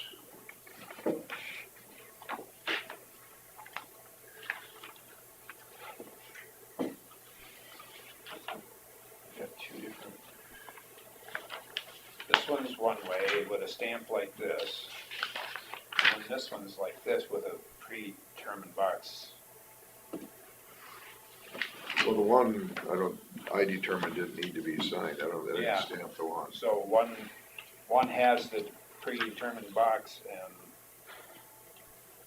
that one. because they're all one piece of paper. You are the only participant. Okay, I mean, they should be, and I'm supposed to sign that, right? well, actually, it should be Scott, but, yeah, I'll have to but get Scott to didn't sign it, so, Well, how do you wanna handle it? Just well, maybe we can just call get him. him to sign it next Go to back it. to the claims, you didn't finish it yet. There's only he made a motion, there's been no second. Oh, yeah. Sorry, You wanna second it? Sure, I'll second it. I feel better, So now we Stacy. can discuss it. Yes. This had nothing to do with claims, so. Right. Yeah. Okay, so we got a motion and a second to approve the semi-monthly county claims. The motion was made by Jensvold, second by Smith. Any further discussion? Hearing none, all those in favor say aye. Aye. All opposed? Motion carries. Consider for approval payroll claims. You want to just call him and have him come up and sign that?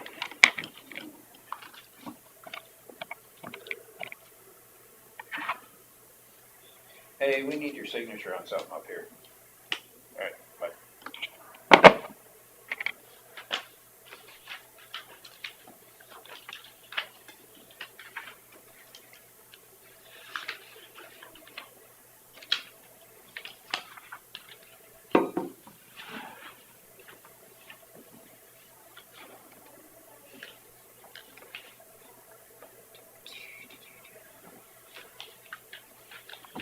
Should I just cross my name out then? Just leave it. Okay. He can just sign next to you. Co-sign it. Yep. So we had a little thing with Eric's COVID thing. I signed where you were supposed to sign, because it was blank and it said supervisors underneath it. Okay. Or supervisor. Didn't see a signature block for me on that On the sheet. second page. Here. I signed it, you just gotta sign behind it. Or on, Says to be completed by auditor's office only. I think it's meant for the department head. so, and then just, you could probably write per auditor. As she told you. It just makes me happy. There you go. Alright, says I had to sign it, was signed it. Are you approving it then? Well, it's fine by me. Well, there's a checkbox, Oh, approved or not approved. yeah. Funny to sign something you don't approve. Yeah, Well, usually if you saw don't it. approve, you don't Well, sign it. he's Funny your how that works. employee, so I would assume that you'd be the one to approve it. Yeah, I mean, of course it's already happened, so. You've been through the. Yep. Okay, you wanna make a motion on it? I will move to approve the No, the payroll. Haven't we done, oh, this is payroll. Did we ever have to Yes. vote on the Southern Monthly County? Yeah, we You did. Yeah, okay, all right. You said aye. Yeah, okay, thank you. Is that the It one seemed that like Chris I made us did. do? So, subject, Yeah. the subject at hand is consider for approval payroll Payroll claims. claims. I would make the motion to approve the payroll claims. I'll second it. Got a motion from Smith and a second from Jensvold to approve the payroll claims. All those in favor say aye. Aye. All those opposed, same sign. Motion carries. Once we get through all this, then we'll go on to budgets.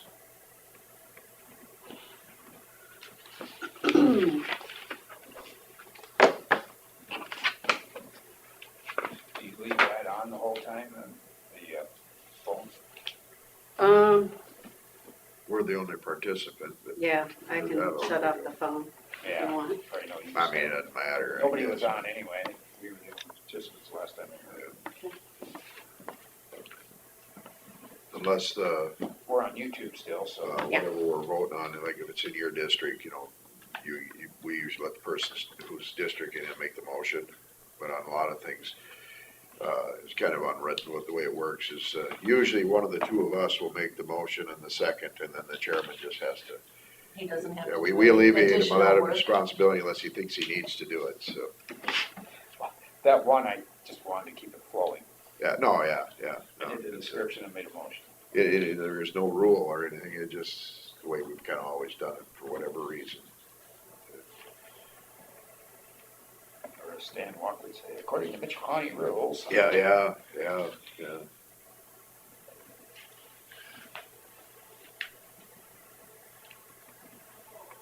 You guys were probably in FFA or something and learned all of the. Harley I Grove. do have a copy of Robert's Rules book if you want a copy of it.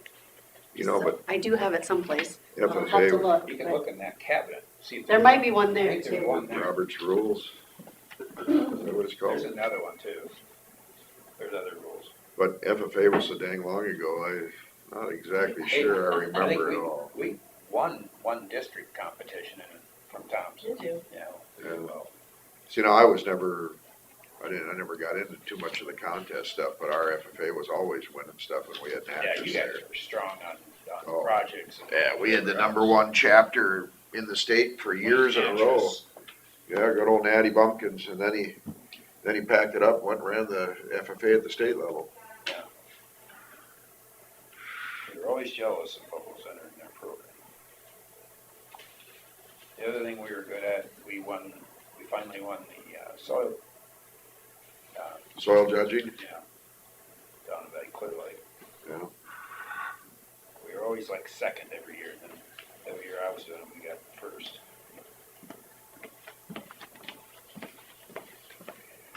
And we always, when I was in school, and I wasn't on that either, surprisingly, but the debate club.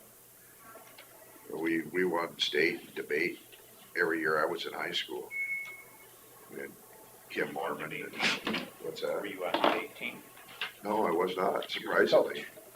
I could have coached it. I wasn't a research hound like some of them guys were. We didn't have Google back then. Yeah, well, we had, one guy on there, it was either a 35, we had one guy in the class, there's two of them, Kim Mormon and Ron Yagi, one had a 35 and the other one had a 36 on their ACT, but I can't remember which one it was. It's just not fair. You need to sign in between claims, in between signatures, so underneath chairman, sign. That's the only thing we all three have to sign, isn't it? Is there anything else? Oh, no, sometimes there's other special stuff, You need to sign the resolution today.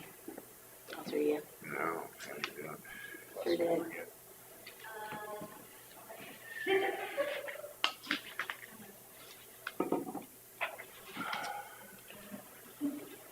Well, okay, budgets, what are you gonna shoot for now? Be signing, well, you guys are looking at things.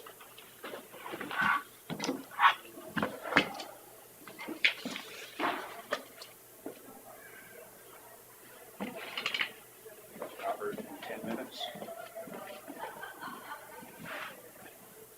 So we don't have a lot to discuss. So that. And did you understand what we did with Robert for this project? That we took tip from the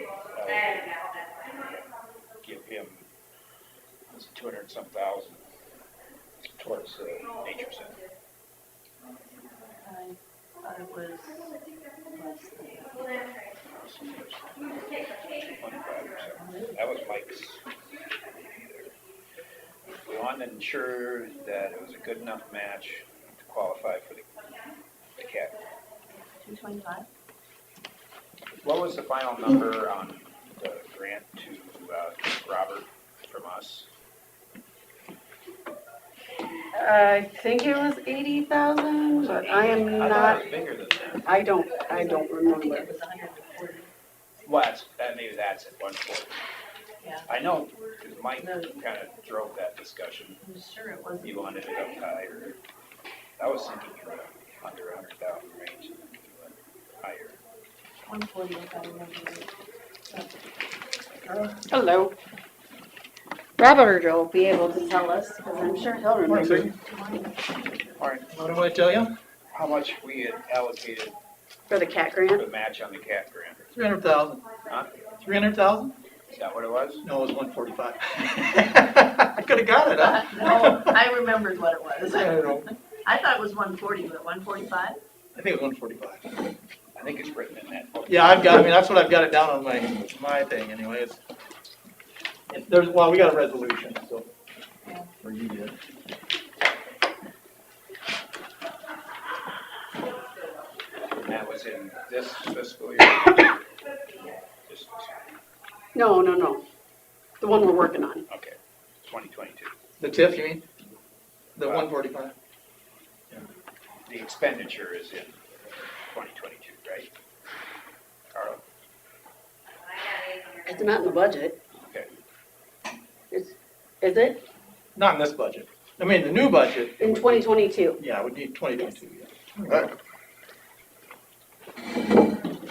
Yeah, we'll know more, we have a pre-contractor meeting on the 21st, and the bids are due 28th this month. So Coming up. we've got 8 or 10 contractors we know are looking at the plans. They send us updates every couple of days. Hopefully, a few of them local. 3. Yeah, 2 here, right here, and then 1 in Mason City. Cresco, Humboldt. Who's the one in Cresco? They built, The jail? no, well, I don't know about that. They built the, it's called Cresco Building Service. That's them, isn't it? They built the nature center in Alameda County about 4 or 5 years ago. Cresco Building Center? It's not, it's Cresco Builders. Something like that, yeah. It was Cresco something. Monona, They were the general anyway. I've been in that Alameda one. that's nice, isn't it? That is nice. We used to have CSS meetings in there. I still have not got in there, but I talk to him every once in a while at meetings. And They had some neat old river boats hanging from the ceiling and, yeah, yeah. that's a neat building. I think that was a little over $4 million for that building. Yeah, I would guess. It's, They have the same architect that we're using, Yeah. Martin Gardner. Quite a few local subcontractors looking at it.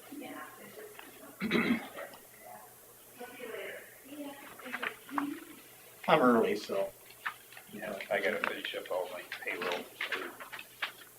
You're all not gonna get paid.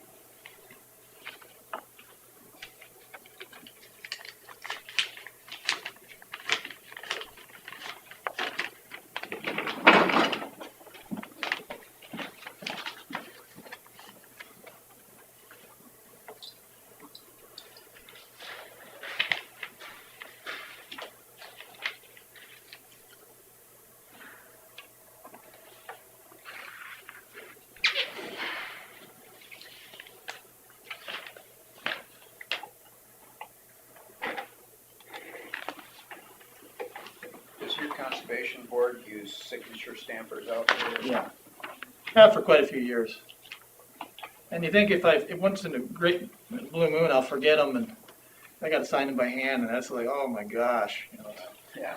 Yeah. We talked about. But typically we don't have that many at one Right time. now Terry's feeling your pain. Is he? A couple weeks ago I was. Well, they last forever. You can get them re-inked, you know, they last for years, but, yeah, we We do. talked about it, we just haven't done it yet. Yeah. Yeah. I think I just did like staples.com or something and put in a couple, 3 days. My fingers are starting to go numb. Get numb? So I'm submitting. Put in for, Do you actually submit a signature to be, yeah. Okay. Yep. You just, and then email it to them, scan it and email, I think is what I did.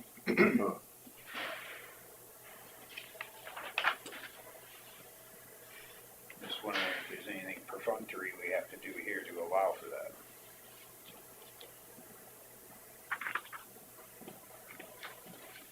You know, I always thought you had one, but I hear you stamping, but that's just your date, I suppose. That's just the Oh, approval. yeah, that's just the approved or So, received. so if we went to a stamped signature thing, Yeah, where we just stamp it, do we have to functionally allow for that in a resolution of some sort, or? I would assume so. And my board only does it on claims, they don't do it on documents, they sign those, but.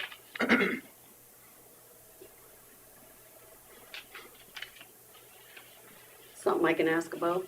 Because we got payroll and claims. Yeah, And then, I guess our semi-monthly county claims is just the three of us signing one document, so that's not so bad. Usually not enough room there to get stamped. yeah, and that's kinda how it is on the claims.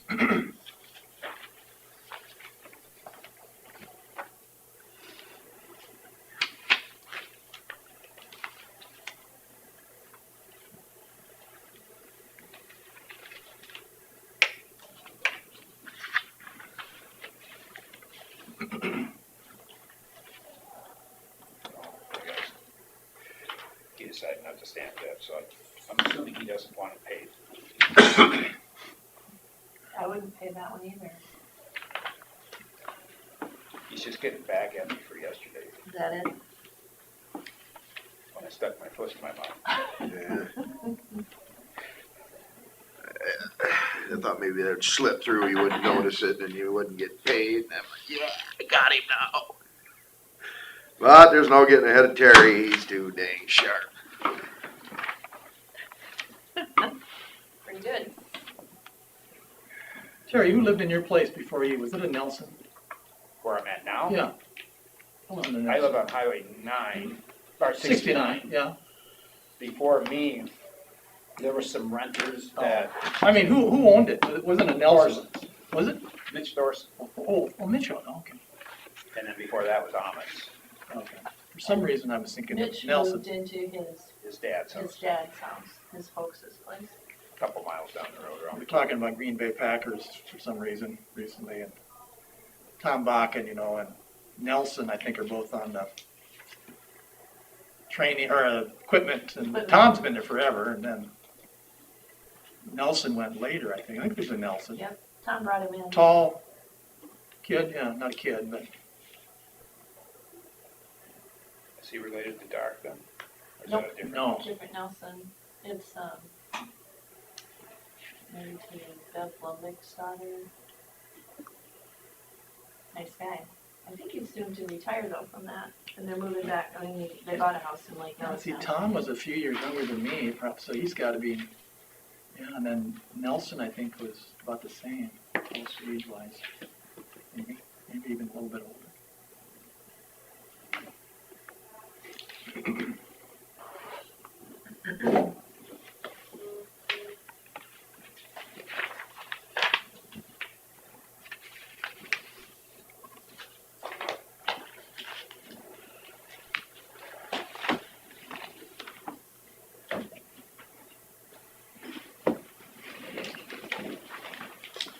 All right, there you go.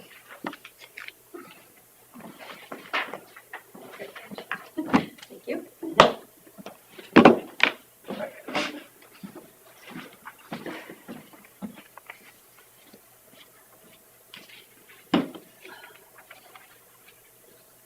Carla, when are we getting away from the chicken scratch and budget forms?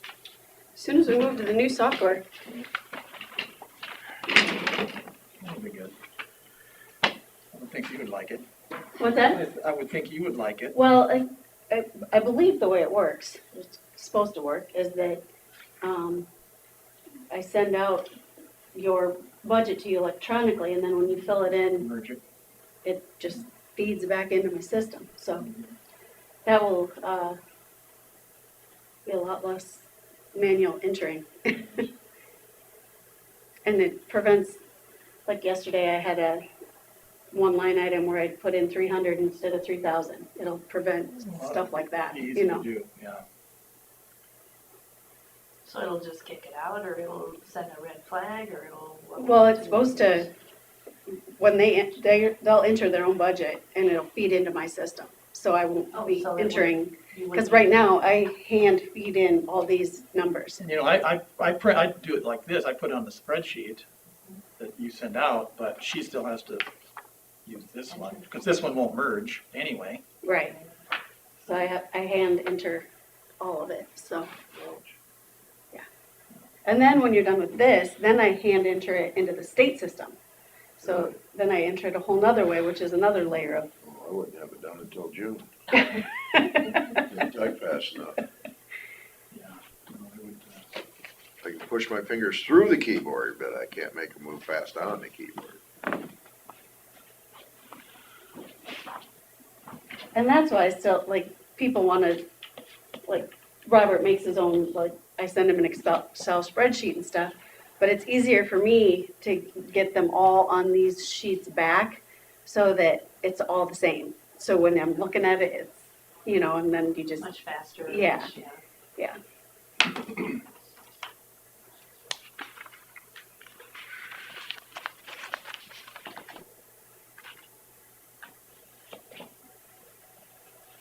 All right, I guess we're ready to go. Okay. I had a question on one. Why is the telephone and telegraph so erratic?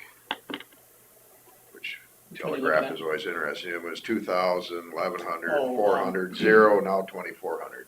I'm adding a little bit for the new building. So after the first of next year, potentially, so we'll shut down the Thorpe Park office phones. Yeah, We'll have we'll have a little more money in phone systems out there at the nature center. Yeah. So there's an increase. Can Eric tie you into our phone system or no? I think, let's see, that'll be 567 up there. I don't know for sure.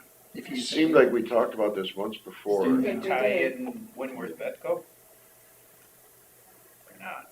You know, we're on the server, I'm on the server to some degree, that gets Yeah. backed up, but as far as It phone, saves a lot of money if we can tie them all together. yeah. I'm sure we'll look at, if that's a possibility, I It don't know. seemed like for some reason that it couldn't work. I remember having this discussion one other time. And you think Winworth Vetco is? Well, I know we Is talked there about Lake it. Mills, is their office? Lake I don't Mills? think they're tied in either. Okay. I'm not sure, because we'll have a Leland address where that is. And that's still a local call. It's a local call for about everybody, isn't it? I mean, Not from there, Scarville. maybe not Scarville. See, Lake Mills is long distance, Forest City, Leland for me. But see, I'm a 565 exchange out there. Yeah. That confuses people. It's okay to Thompson, but not, Thompson, Forest City, Leland I can call. oh, really, Leland too? I didn't think you could, because I've always been Leland, I've never been able to call. Maybe I could be wrong on the Leland. Maybe I could be wrong on that one, yeah. Thompson, Forest City, anyway. Crystal Lake, I can call, because I am Crystal Lake. But, yeah.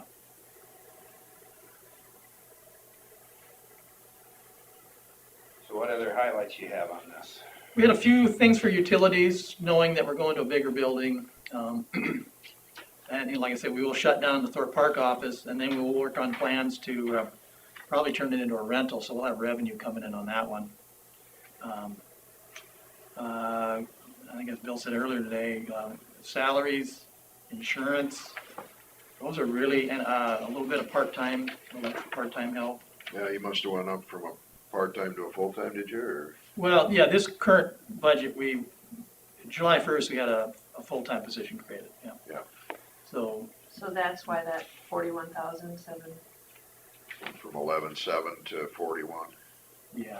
And the line items for the third line item for salaries that you see on the conservation budget, those are combined. There's two people in that. And then we pay for a percentage out of conservation and a percentage out of our rural basic or roadside budget. So, and that's the first year we've combined them. Typically, we have them broke out separately, but I don't know, I think Chris or somebody must told me to do it that way. Is that how the other departments do, combine all your salaries into one? Okay.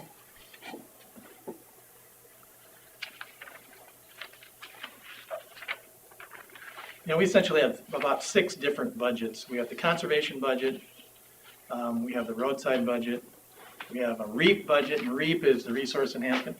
That's state money that we get annually, so we get 2 checks, a per county and a per capita, and they've been running about $9,500 a year. It's based on how much the legislatures appropriate statewide, which is about 11 million. And we use that a lot for seed money for projects to kind of match, to get grants and donations. We've used it on our trap range, our cabin, our target range, trails. We buy some equipment with it, but so it's really been a beneficial, and we're eligible for grants. And we have in the past received some roadside grants. Uptown here, I think the tank got some historical money. Heritage Park has got money from REAP. Lake Mills, I don't know, but out east of town, they might have got some REAP money on the Virginia's Norwegian monument. Yeah. And then we have our Conservation Trust Fund budget, which is money that, by code, it can be used for capital improvement and land acquisition. So like this year, we're not planning on any land acquisition. We have money budgeted there. We also have some money for land maintenance. We're anticipating getting some money through NRCS to do some tree removal on our WRPs. And I just sent some maps up to Brenda Tenold last week. In the past, they've never provided money for maintenance once you get it into WRP. Once it's established, you're on your own for tree control. And private and public lands are now going to be eligible for maintenance money, so we're going to try to get as much of that as we can. So we run that through there. Also, the Gruis, the golf course, that's Winnebago County property, managed by the Conservation Board, but we lease it to the Tri-County Recreation Association, which is their own board. They come to our board annually, in December usually, and my board approves their budget and then lease. They don't receive any tax dollars from the county to operate. But they use the revenue from crop leases, the crop rent out there. And that's really what's kind of helped them over the years to maintain. And they said this year they had probably one of the best years they've ever had. Yeah, the memberships were way up. Yeah, the use was up. But anyway, they've asked us, and we've done this 2 or 3 times before, I think 3 times, if we can buy a piece of equipment for them. So they provide us the funds, we put it in the Conservation Trust Fund, we buy the piece of equipment. Saves them some money on sales tax. Government discounts too. They're eligible, they would be eligible, or we would be eligible, I should say. And Would they on their own? No. Yeah. Not as a private entity. Nonprofit. Yeah. Are they nonprofit or? They're not nonprofit. I've told them, I sent some information over to Brad Huntington recently. He's not on the board, but I think he has been, about the process to go through to become nonprofit. It takes a few years. Depends on which level of nonprofit you want to be. Yeah. How many acres is that? Is it 190? I think 180, 190? I think there's Kind of an odd number. Yeah, Golf course is about 100, yeah. about 90, And then there's about the same amount. there's got to be practically another 80 around there that they Yeah, are. it would be. Yeah. And then there's about 20 acres in CRP. So they got in on a pretty good rate on CRP a few years ago. But anyway, so they're talking about doing some improvements at the clubhouse. I think it was HVAC, and then a new mower of some sort. So that's why I've got 44,000 budgeted on Conservation Trust Fund. And then I also have the special projects line items, which we created about 6 years ago. So like for the cabins, the cabin, the campgrounds, the trail, our target and trap range, they all generate some revenue. So we put the revenue into the special projects fund, and all the expenditures to maintain, I shouldn't say all, but most of them, to maintain, like say, the trap range, goes into that line item, comes back out, we pay for the utilities out of there. The hogsback, like the target range, we get donations anywhere from about $100 to $150 a month from that. I just got a grant just recently for $3,000 to pay for some maintenance work there. We get anywhere from 2,000 to 3,000 people through there a year. We don't know exactly, but we have a pretty good idea with our trail cameras. People from Minneapolis to Des Moines to Sioux City, Waterloo, everywhere.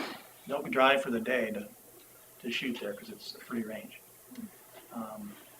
The trail along the Highway 9 here, Hanson Trail, we have a 2080 agreement with the city. I should say we, the county board of supervisors has an agreement. And they'll split maintenance costs up to about $2,000, and beyond that, then we gotta negotiate. But we've had some work done the last few years to repair that. So we run that through those line items. So by doing that, we don't have to come to the board every year and say, okay, we need this much more money to operate those areas, because they're kind of self-funding themselves. And it seems to work. While you're taking a breath here, Yeah. Eric just texted me and said, I can tie the conservation phone system into the courthouse if desired.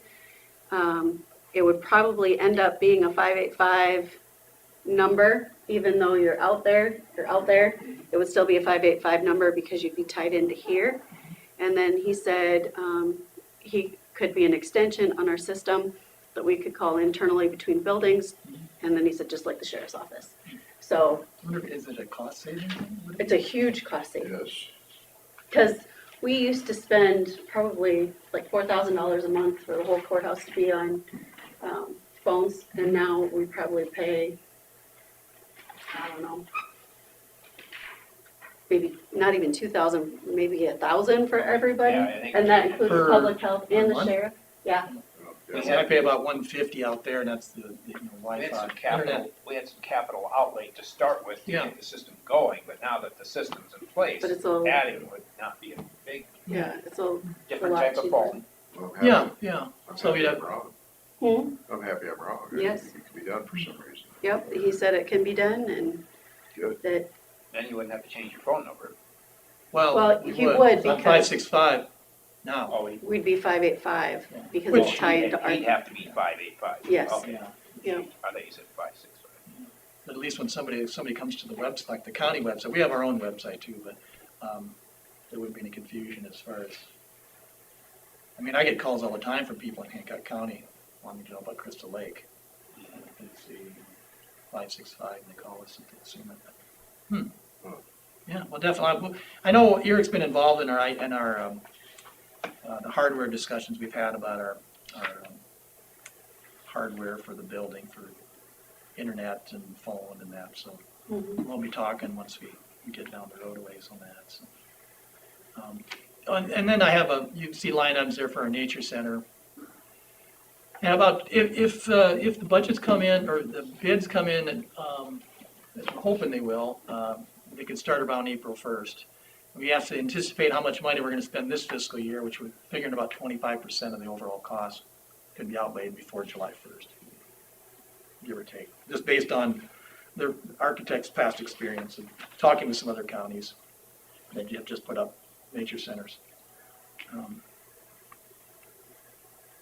But you have currently split out the budget for the nature center Yeah. over 2 years, right? Yeah, we would, we'd have about a $300,000 expenditure between now and July 1st. Okay. If we start working in April. So it's kind of the same budget. Yeah, not too much Rolling different it than, forward. yep, that's true, yep, because last year we had to do the same thing, we thought we were gonna be a little further ahead, and and it took a little longer. I was looking back, we first started talking to architects in 2015, so. So right now, your anticipated budget for the nature center is gonna be what, 1.1 or more? It'll be, well, with furnishings, yeah, it'll be over 1.2. And are you doing an elevator? Yes, we had to do an elevator. Well, the board agreed to do an elevator, and that was kind of an exchange for the CAT grant. Probably wasn't gonna happen if we didn't. The chairman of the CAT grant committee was an architect. And the first time we had a meeting, we were doing Zoom meetings. First question he had was, he goes, I see you've got a second level, where's your elevator? And I knew right away I was sunk if we didn't come up with, and I didn't know he was an architect until later. I was talking to their administrator down there, and I said, I think I was talking to your chairperson. She goes, yeah, he's an architect. So she goes, he's our go-to guy when it comes to structural. Layouts. But our board actually had put it in initially, almost 2 years ago, and then took it out just to try to save some money. And What was the cost estimate on one? our architect keeps saying 100, but Lyon County just did one for a little under 90. Oh, really? So did Sioux County about a year before. So It's probably easier on new construction. much easier. And it only, I mean, it's literally, well, we went with, oh gosh, my terminology is kind of slipping me, but we went with a system. We don't need 3-phase, single phase, I think is what we do. But anyway, I think it's only moving 11 feet. Okay, question I've got for you, is it large enough for a gurney? For a gurney? Yeah. If there was an incident in the lower Yeah, level, no, and the that's a ambulance good had to come out there, is it large enough to put a gurney in and haul it? I'll look in my plans here. I've got plans with me. And I always refer back to this one that was put in downtown here, in one of the buildings, oh, really? and it's not large enough for a gurney. Yeah. So they have to physically. And see, we do have a wraparound driveway that takes you right to the lower level. So that would, if They it was could an just drive emergency, around to the lower we've got level. double doors, you could probably, I know this shaft is like 10 by 10. I don't know, probably kind of tight because a gurney's got to be all of 6.5 feet, I suppose. But if you have access to the lower level, it shouldn't be a big deal. Yeah, I mean, barring, wintertime, could be a little slippery coming around, but we'll keep that drive open as well. So,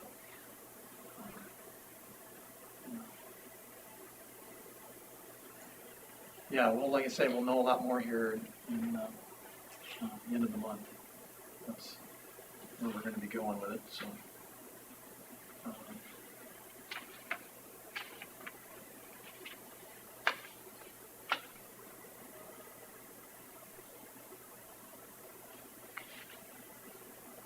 We do take in, Susan, well, I mean for all of you, but we do take in crop rent. We have half a dozen crop leases. And depending upon what money was used to acquire them, only about a little under $4,000 goes into the general fund. The other properties that were bought with grants from the state, habitat stamp grants, that money goes back into those areas. And that's kind of by the way the rules are set up with these grants that we get. So, not a huge amount. I think we used to average a little around 10,000. Typically, our land has a CSR of probably 30-ish. Well, you're next door to some of that stuff, So my biggest question, which is usually every year, what's the burden on the county going to be beyond the money we allocated for your nature center? It looks like when I compare years, overall budget in 2020 was $343,872, and you showed revenues in 2020 of $95,000. So a difference of $250,000. And then in 2022 request, you got a budget of $1.58 million. And that includes conservation trust, which is Right. money in, money out, so it's Right. not really, But what I'm kind saying of throws is things off a the bit. difference is $400,000 between the two. So is there going to be? Our conservation budget, is like 220 or 222, I think, I have right now, 223. Last year was, or this year it was 211, and that was mainly insurance, insurance, salaries, a little bit of part-time help. The nature center, we're estimating somewhere around 20,000 to operate, but we're also gonna take in revenue on that one. And, just kind of looking around the county, counties that have nature centers, one I always use is over here at Algona. I think they're taking in somewhere around 20,000. They rent out, and ours is gonna have rental space, the auditorium, and then on the lower level, we've got a kind of a work activity, but it's a pretty good sized room. It's about 30 by 30 approximately. And on the main level with the auditorium, there's a kitchenette there. The board's intent is to allow it to be used by the public for board of supervisors. Professional organizations can have meetings there. Some may pay a fee, maybe others won't. I guess it all has to be worked out. But if you want to have a family gathering, you could potentially use it. So that stuff will work through, but there'll be revenue that'll be generated. And then we're using geothermal, and we also aren't in the construction plans, but we're planning to put solar on it as well. It's going to be wired for solar, or the conduits there, the chases are there. So we should see a huge savings in electricity at some point. Might not happen the first year. And then our foundation is going to continue to raise funds, and I think that'll be just an ongoing thing. I know Lime Creek has a foundation that's been going for 50 years, and they raise money all the time. Well, I guess my just looking at the numbers, the total numbers on expenses and revenue, there's a gap of about $400,000. Yeah, And usually it's less than that. yeah, I'm not really sure how you said, The bottom number. well, if you looked at the absolute bottom number, this year it was 1.579 million.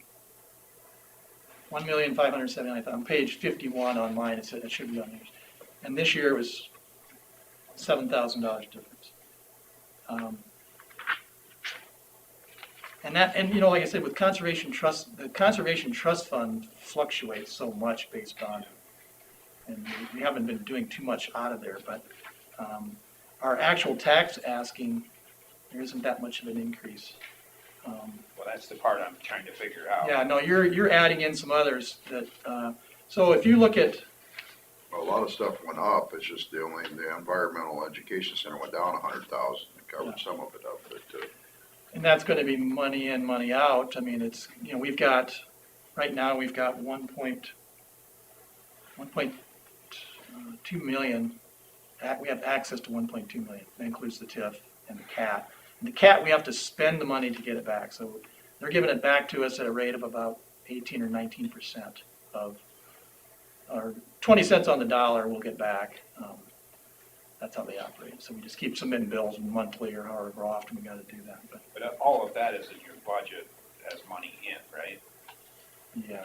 Our 145. Well, it's broke up 250. into 2 years, this fiscal year and next. The contributions and donations were 687. But if you look on page 40, at the second page, it's my second page, sorry, on conservation, our budget this year was 211. The new budget was 223, so there's 12,000. And then under general supplemental, which is the benefits, that went up, it's $700. REAP, okay, so that's the other thing. REAP is not tax dollars. It's state funds that we put in the REAP fund. This year in REAP, we're budgeting 28,000. We've been accruing some REAP money.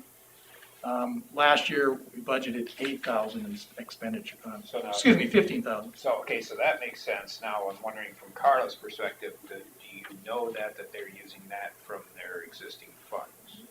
Yes, the only taxpayer dollars is general basic, general supplemental in conservation, and then general basic and or rural basic and rural supplemental in the roadside management. Is there a place to look at that number to see what the So each of these have their own fund, and Yeah. if you look at what the treasurer gave you for the semi-annual report, those amounts are in that semi-annual report for the fund balances of the REAP report, okay. Or like we send you out the cash and investments every month, and that would be in there also. Yeah, like REAP is protected, I mean, that we even Yeah. get the interest off of that, I think on the Conservation Trust Fund. Well, maybe I was just looking at it too simplistically, I'm just looking at Well, the overall budget for expenses, the overall budget for income, and see, we never, that money on hand is not indicated on the revenues, right? Right, it's So in a it would fund. be made up for in some of the revenue, some of it's gonna be made up for with cash on hand carried over. and we typically never used to just have a bottom line like that number, because it's kind of confusing, because you see 1.5 million, the Conservation Board is budgeting 1.5 million. Well, we are, but it's not all tax dollars, so It's a that's. capital project that has got funding behind You it. just need to make sure that's clear to people, so they don't think we're. And then once the nature center's, of course, built, then that number will be really So I guess I was just looking at discarding the nature center. Yeah. In and out. Yeah, no, that's how we. Still had quite a bit of difference in that, and that's probably due to the carryover of your other funds that you Yes, utilize. part of that would be, yeah, right. Yeah, because you look back on 2020 there, it's 343,000 is kind of what we were running, so.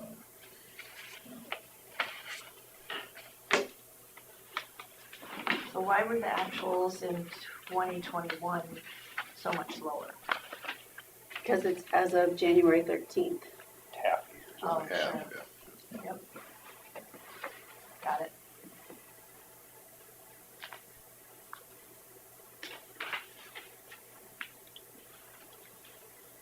All right, well, that answers my questions. Now, you guys got any questions on this part? It is kind of confusing. It is, even my It'd be board, when they nice look if at it, they, was yeah. somehow separate, Yeah. separated out. There's only certain departments that have that ability to utilize the money they carry over. Um, So we want to go on to roadside management then? Sure, there's, added a little more there for chemicals in particular. We spent more time on brush this year than we have probably in the last few years on chemical. What numbers, Rose? 28 is it? 28, yeah, so it might say page 60 at the top. If it doesn't mind. What page is that on in ours? Page Say 60. 60 at the top, 60. yellow sheet, Ours is blue, or is it? expenses. Blue. Okay, it's Oh. blue, okay, sorry. Yeah, that's right, revenues.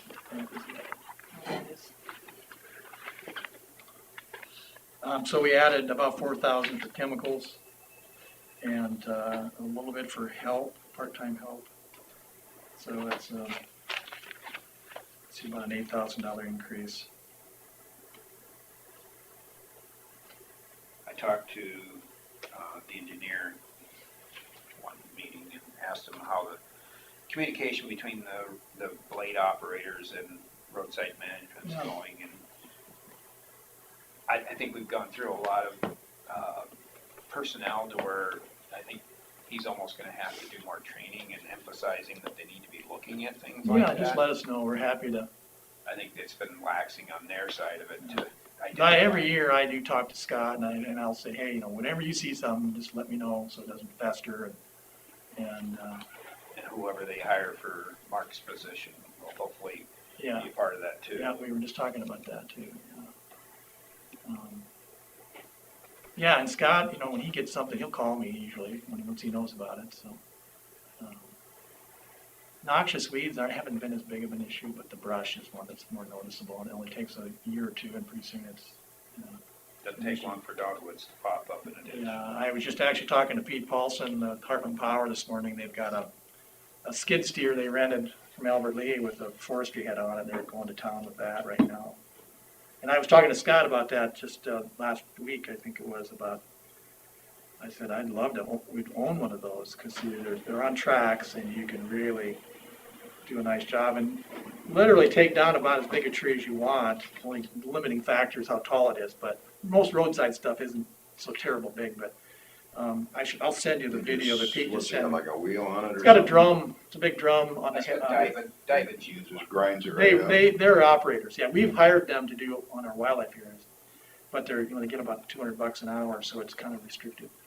But, I was looking at leasing one too, and then we may have got a hold of this money through NRCS for a WRP, so we're gonna hold off and see what happens there. But versus going out manually cutting with a chainsaw, my guys have been doing that this past month or so on our wildlife areas.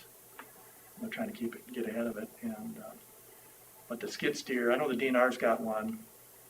It really it's a game changer as far as the time you spend. They're not cheap, but anyway, so I'm going to keep working on Scott, see if we can work out something maybe in the future. Well, they've got the track skid steer, all you gotta do is get the thing to put on the front of it. Yeah, most of them that I know of, they dedicate this forestry head to it.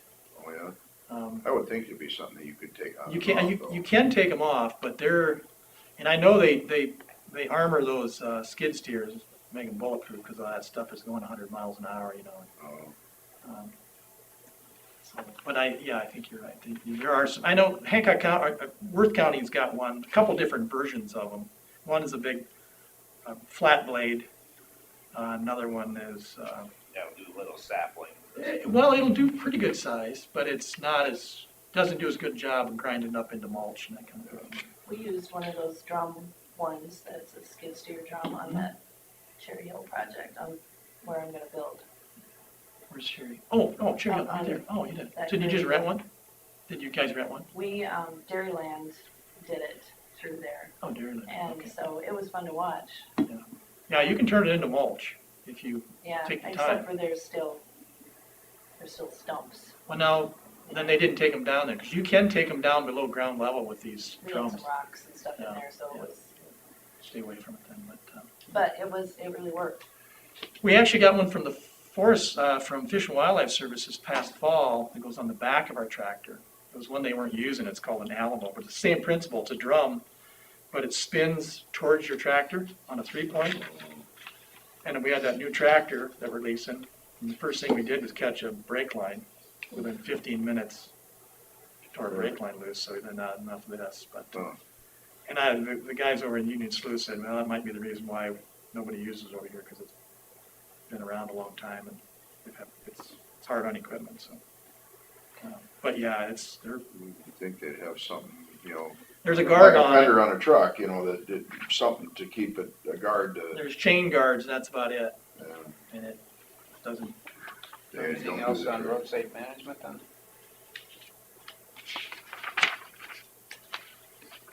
Any questions? It should be your last budget, shouldn't it? My last budget. Do you have another? Yeah, that's the end of it. I thought maybe you meant that you knew something I Thought you didn't were know. retired. Oh, no.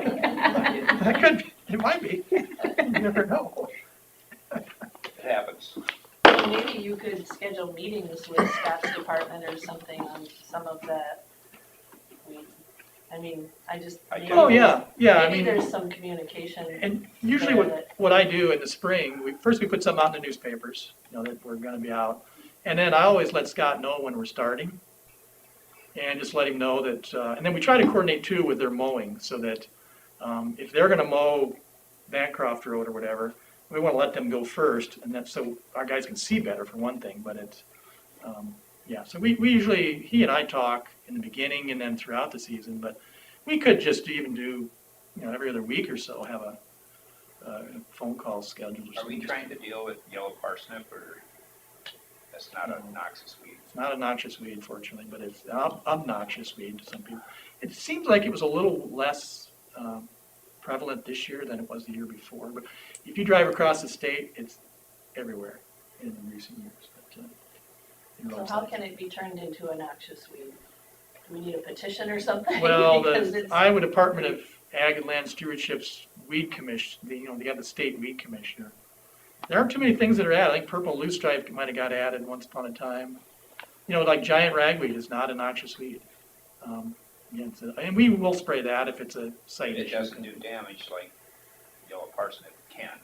Yeah, if you right the situation, you can get blistered. Yeah. All right. Anything else? How do you kill it? I think, well, we haven't spent much time at it. I mean, we use a couple different chemicals, Milestones, Streamline. Milestone's a big, the one we use mostly for broadleaves, but, which is amino, I can't say it right now, but it's a common one. It's hard to kill. Equisetum is one we get some calls about, which is horsetail, scouring rush, and it's a prehistoric plant, so it's been around literally since for 10,000 years, and it's about impossible to kill. It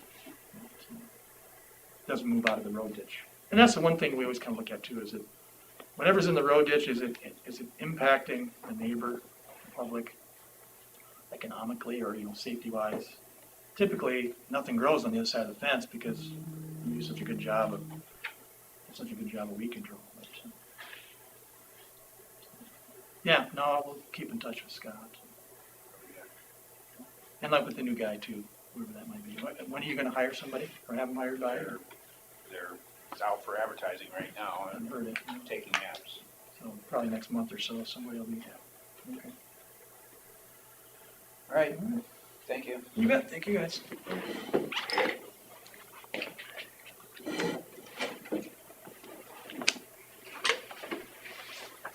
Do we get to see the plans? You wanna see him? I'd love to see them. What time? Sure, well, we got our next one sitting here waiting. Oh, then maybe not. What do you, Be quick, short as she comes in. I'll show it to you quick. I gotta lay him down. Well, let's see. I can do it this way. you can come and look at them too. Yeah.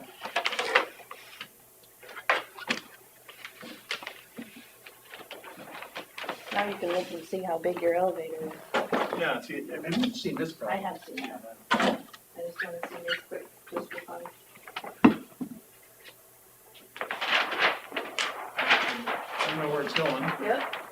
There's the layout. So that's it. There's the building right there, so here's Highway 69. There's the wetlands right up here.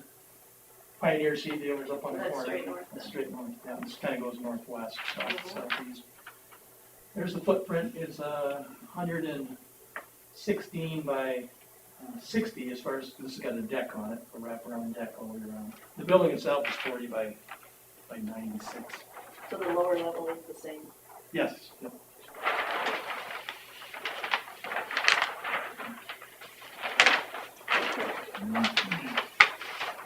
So how are you gonna secure Julie just said that, displays and stuff if she's it's gonna got be open to the public? one being with the state, Who's that? Julie. We're kind of talking about that, that's the one She'll thing get that's there as pretty soon as she big can. issue. It's supposed to Some, be a new one, so we'll have it a, might be a little, kitchenette, we do have an outside entrance, but, not enough maybe to switch. Or what they're- Yeah, but there's not. Unless we want to switch stands. yeah, we'll have displays. In Sioux County, they actually have a dedicated entrance. Do you want to that tell can her go one? off. So that's going to Works be. for Sand's Sandy. pretty flexible. Yeah. Elevators. There's the elevator. So it's 10, that's 12, By 7.4? it's not actually 12, it's, yeah, it's 12. It's gonna be, I don't know, there's 7.9 from here to there. Is it the interior that is So 7.4? it'd be, yeah, Is so that it big might, enough for a gurney? and the architects might already figured that in, so. But anyway, this is the lower level, which will be, this is the architects. Might be able to get it in their This is kitty like our corner. conference room for board meetings. Might be able to get a gurney in Outside their kitty storage, corner. this wall actually has to come down, Well, yeah. we're told we needed a Doors both modified places. sprinkler system about a week ago. Shouldn't matter. Not a big deal, but this is a Yeah. work activity where the naturals could bring in people, kids, whatever, off the I would period. say at least But 10 it'll also months be out of a the year, you can go around easily. Stairway, one of the If they keep it plowed, it probably should go. storage. Okay, the main level, this is the front, so you're coming around from the north side, park out here. There's a wraparound porch, that goes all the way around, it's covered. You come in the vestibule, and this will be open all the way up to the ceiling, so it'll go up 20-some feet as you come in. Our peaks are I think, over 30 feet on the inside. You'll see the vents are the big beams. Our exhibits will be in here, 2 offices, serving room, storage, and this will be the auditorium. He's got, Hey, and, got its own entrance from the outside. Stairway, seen your concepts, but I haven't seen your final plans. Oh, no. We're having the bid, pre-contractor meeting, Thursday. Cool. Come down. Steel roof. And the siding is Rough, it's a like a shiplap? shiplap, yeah. One inch thick. There's a couple companies out in South Dakota that put together the structures, that would provide us with the, depends on who the contractor would propose. Provide us with everything but the doors, the windows, the roof, so, I mean, the metal roof. The wood structure they provide. There's your main entrance. Coming from the north, this is the south side of the building. Walk out. Yeah. So. And in fact, then the auditorium and the exhibit area are gonna have a wall in between, and we'll have some windows up high.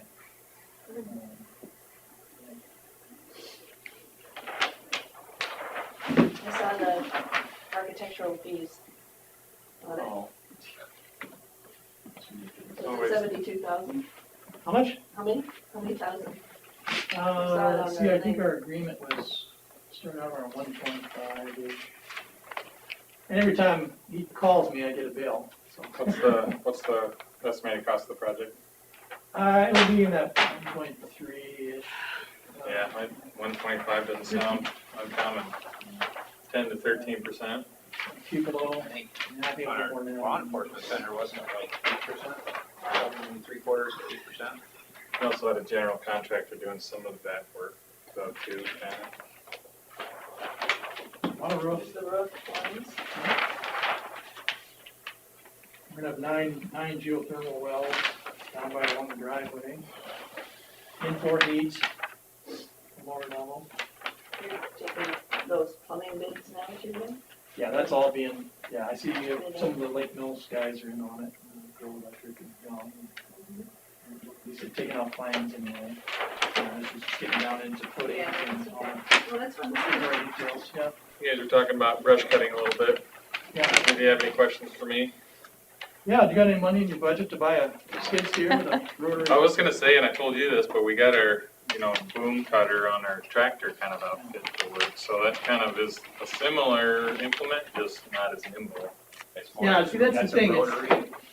Yeah, it's a rotary. It's got the ability to treat the brush as it goes. It's on a big boom on the side of the tractor, like the tractor we would do have our side and rear mowers on. You can take those off and put on this boom mower, and they can chop up trees up to 10 inches. I think. I don't know if that's really the best thing for It it. says already being nimble, you could get in some road ditches with it, others you wouldn't. Yeah, and you can reach quite a ways with it too if you can get close enough to the edge without feeling tippy. And I mentioned it to Rick just the other day, and we haven't really had time to talk too much about it. Yeah, I'd like to come and talk to you about it I again. don't know if it'd be too great riding around in CRP, No. No, this no, tractor. you might be able to get away with it in some areas, but Yeah. too rough. Yeah. And I know you said. We're gonna try to have it out in the spring. It hasn't been going since I've been here, and so they kind of got it outfit to work on our new tractor, and so we're planning to get it out in the spring and kind of hit a couple spots where, even if they treat the brush and it dies, it's still a problem for us in the winter because it'll still be a snow trap. So, Is there any way to treat it now? what's that? Any way to treat it now? Not sure if that would work I in the see winter. Wisconsin does it all the time in Well, yeah, the you- winter. Yeah, well, you can, now, we're treating stuff now that we're Then cutting. you got a more firm base to drive it. I mean, when they're cutting brush now, they treat the stumps. It's still taking the chemical down into the stumps, so, It can the end of the roots. be done in the winter, I think. Yeah. Something we could look into, I guess. Once the nutrients start going down in like late in the fall, you can get away with it until things start to warm up, when things start coming back the other direction. Not as effective. I think overall, we could probably do a better job coordinating between our maintenance crews about that. I've gotten a little bit of maybe resistance from some of the guys that think there's just kind of too much out there to start telling you. They'd have to pretty much take a day and drive it and make it, make a map for you. And it's I just think- always frustrating to I see think it brush in would the make ditches. sense, though, to have someone on a regular schedule look at it, rather than just people noticing it and calling it in. Yeah, that's, I think, how our guys feel, and I guess maybe the question is that something that fits in your staff's responsibility and time allowance to drive the entire Well, county? I mean, I'll even go out sometimes, I mean, in an hour, I can cover a lot of ground, and I know I can find out where those problem areas are, but. Sure, but to drive all 550 miles, it takes time. Yeah, but, but even if you just did a portion of it, and then I'm doing it, and if. Jackie's waiting. Here we It's are. all right. Yeah, We're in budget talks right now. you don't have to go home, but you can't stay here. Sorry about Thank that. you. Thanks, guys. Yeah.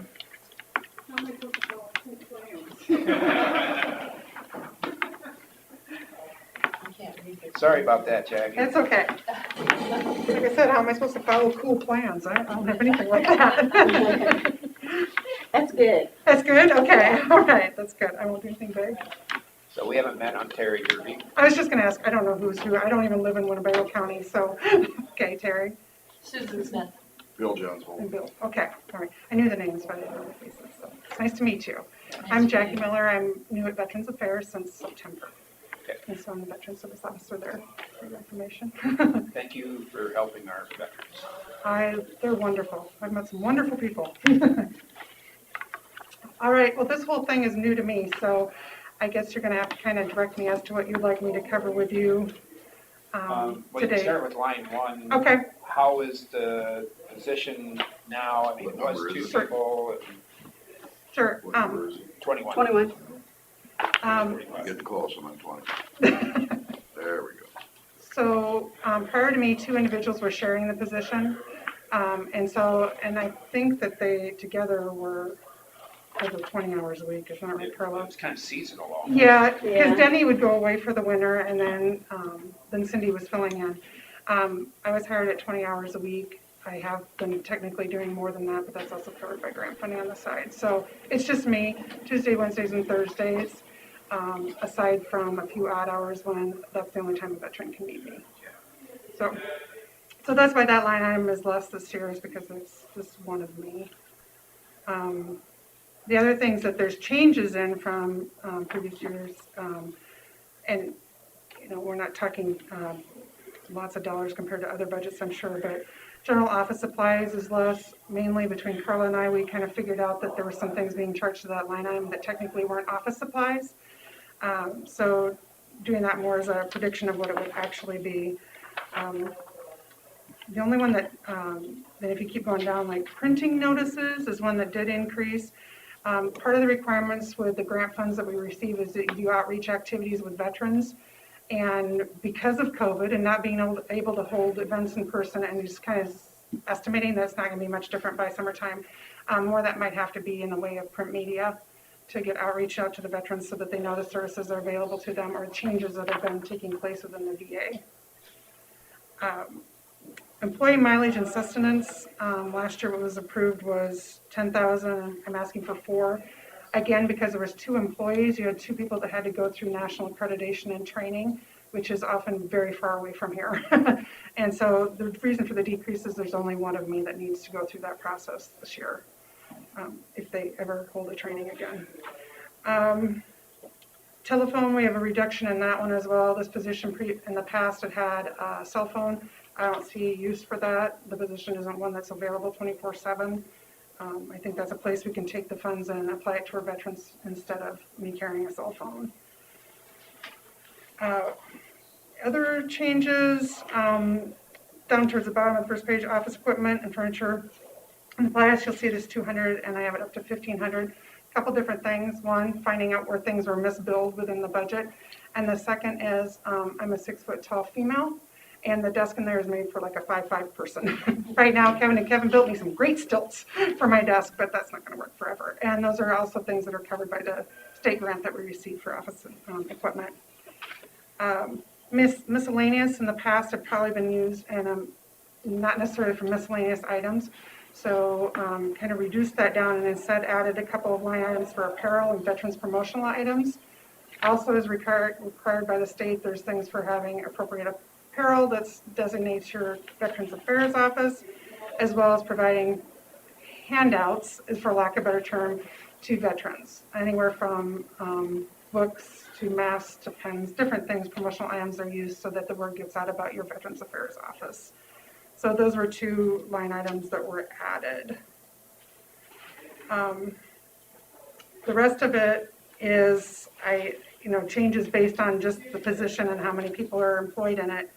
The other thing that's a part of my budget is the monument, and there's a trust fund that's associated with that. So that's basically money comes in, money goes out for the engraving to have, it's $100 for people to have additions added to that monument from this point forward, so. Question I've got is, the veteran per diem, we added in there 5,000 last year, it's not in there this year, can you explain that at all? One, I don't really know why that's added in there, because there aren't payments that go directly to veterans. My guess, based on what I saw, was some of it might have been used to pay for veterans' mileage to medical visits. Technically, that's not how the funds are supposed to be used, and there's a lot of other sources to provide assistance for veterans getting to medical appointments. So it wouldn't go through this budget? Right. It wouldn't go through this process. We would be a funder of last resort if something like that was needed. Most of the veterans, if they're receiving a compensation from the VA, it also covers their mileage to get to a medical appointment. So they'd be reimbursed from that. The other side of that is, I think some things that might have been billed out of the past would have been meals, but there's also a line item for meals. So to be honest, unless Carla has something to add, I can't add much more to that other than what I found based with paying a mileage. We shouldn't be paying a veteran directly for anything.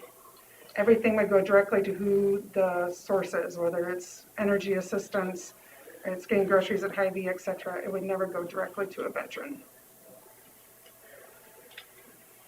So that's why that one was one that we got rid of. Anybody else have any questions?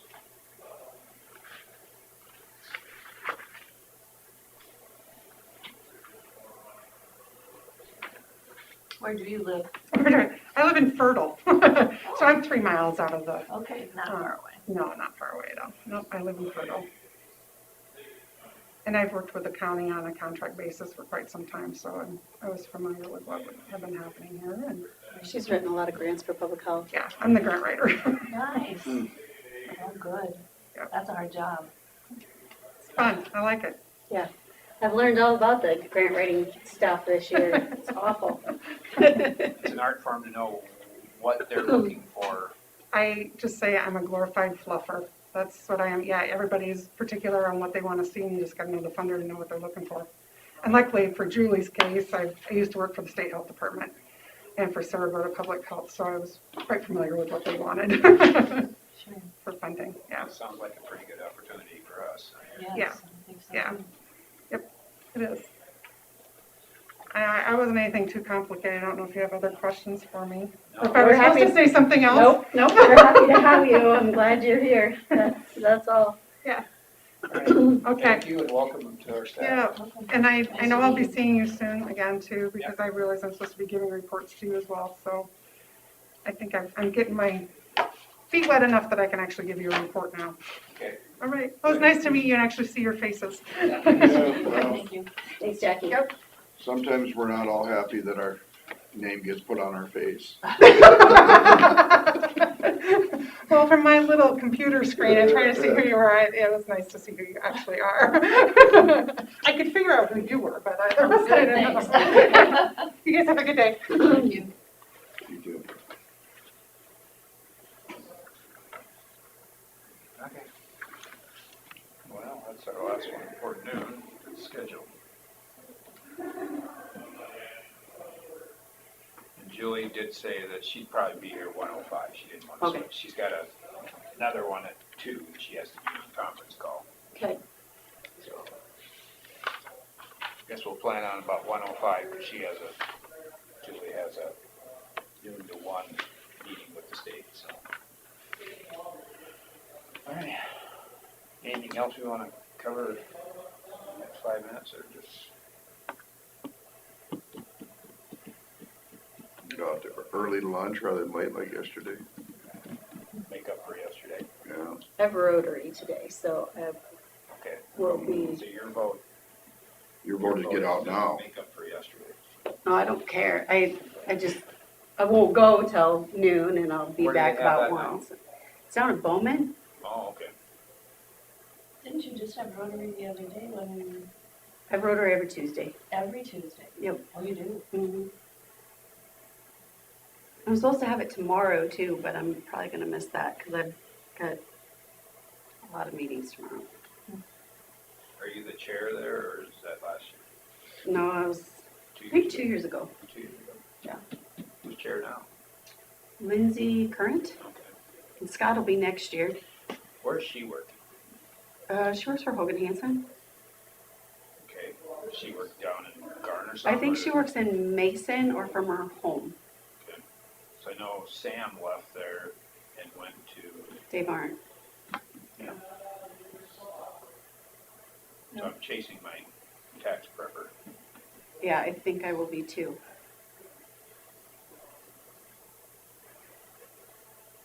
I'd rather be at Dave Arndt anyway. I went to Tweeten and Young Yeah. back that's what in I the did. day, and now, From Erdman, I went to Tweeten and Young rather than Arndt when they split. Um, I should have gone to Arndt instead. I got along with Tweeten and Young, but then things morphed into Hogan and Hanson. I'm at Art. I think that's what I'll do I this have year other too. things with Arndt too. It's just simpler if I have everything at Arndt. Yeah, for sure. Well, and I think since they closed the office in town, That was horrible last year. it wasn't easy. Like And they, then Sam had a baby and yeah, So how were they doing it when they didn't have an office? you dropped your stuff in a Dropbox or and then, email it or whatever. yeah, and then they'd mail it back to you and then you'd have to mail it and then I just, kind of feel like Hogan Hanson bailed on me. Yeah. Well, Art used to have one in Lake Mills too, and they closed that Lake Mills one. So that, we were doing that for a year or two. He just can't hire enough people to accommodate his problem. yeah, it's, Well, we were laughing the other day because I remember when I used to do my taxes for like $25 and now like 200 is the base. yeah, So, I have way too many irons in the fire. That won't even do my little payroll anymore, you know? no, I mean, yeah, I think mine was 300 something last year and all I have is student loans and, I mean, just Yeah. not much. And then it's getting kind of tricky because now they're billing it out. Perform. Yep. And so you're not gonna get this great big number at the end, but you have all these. You can't do them yourself.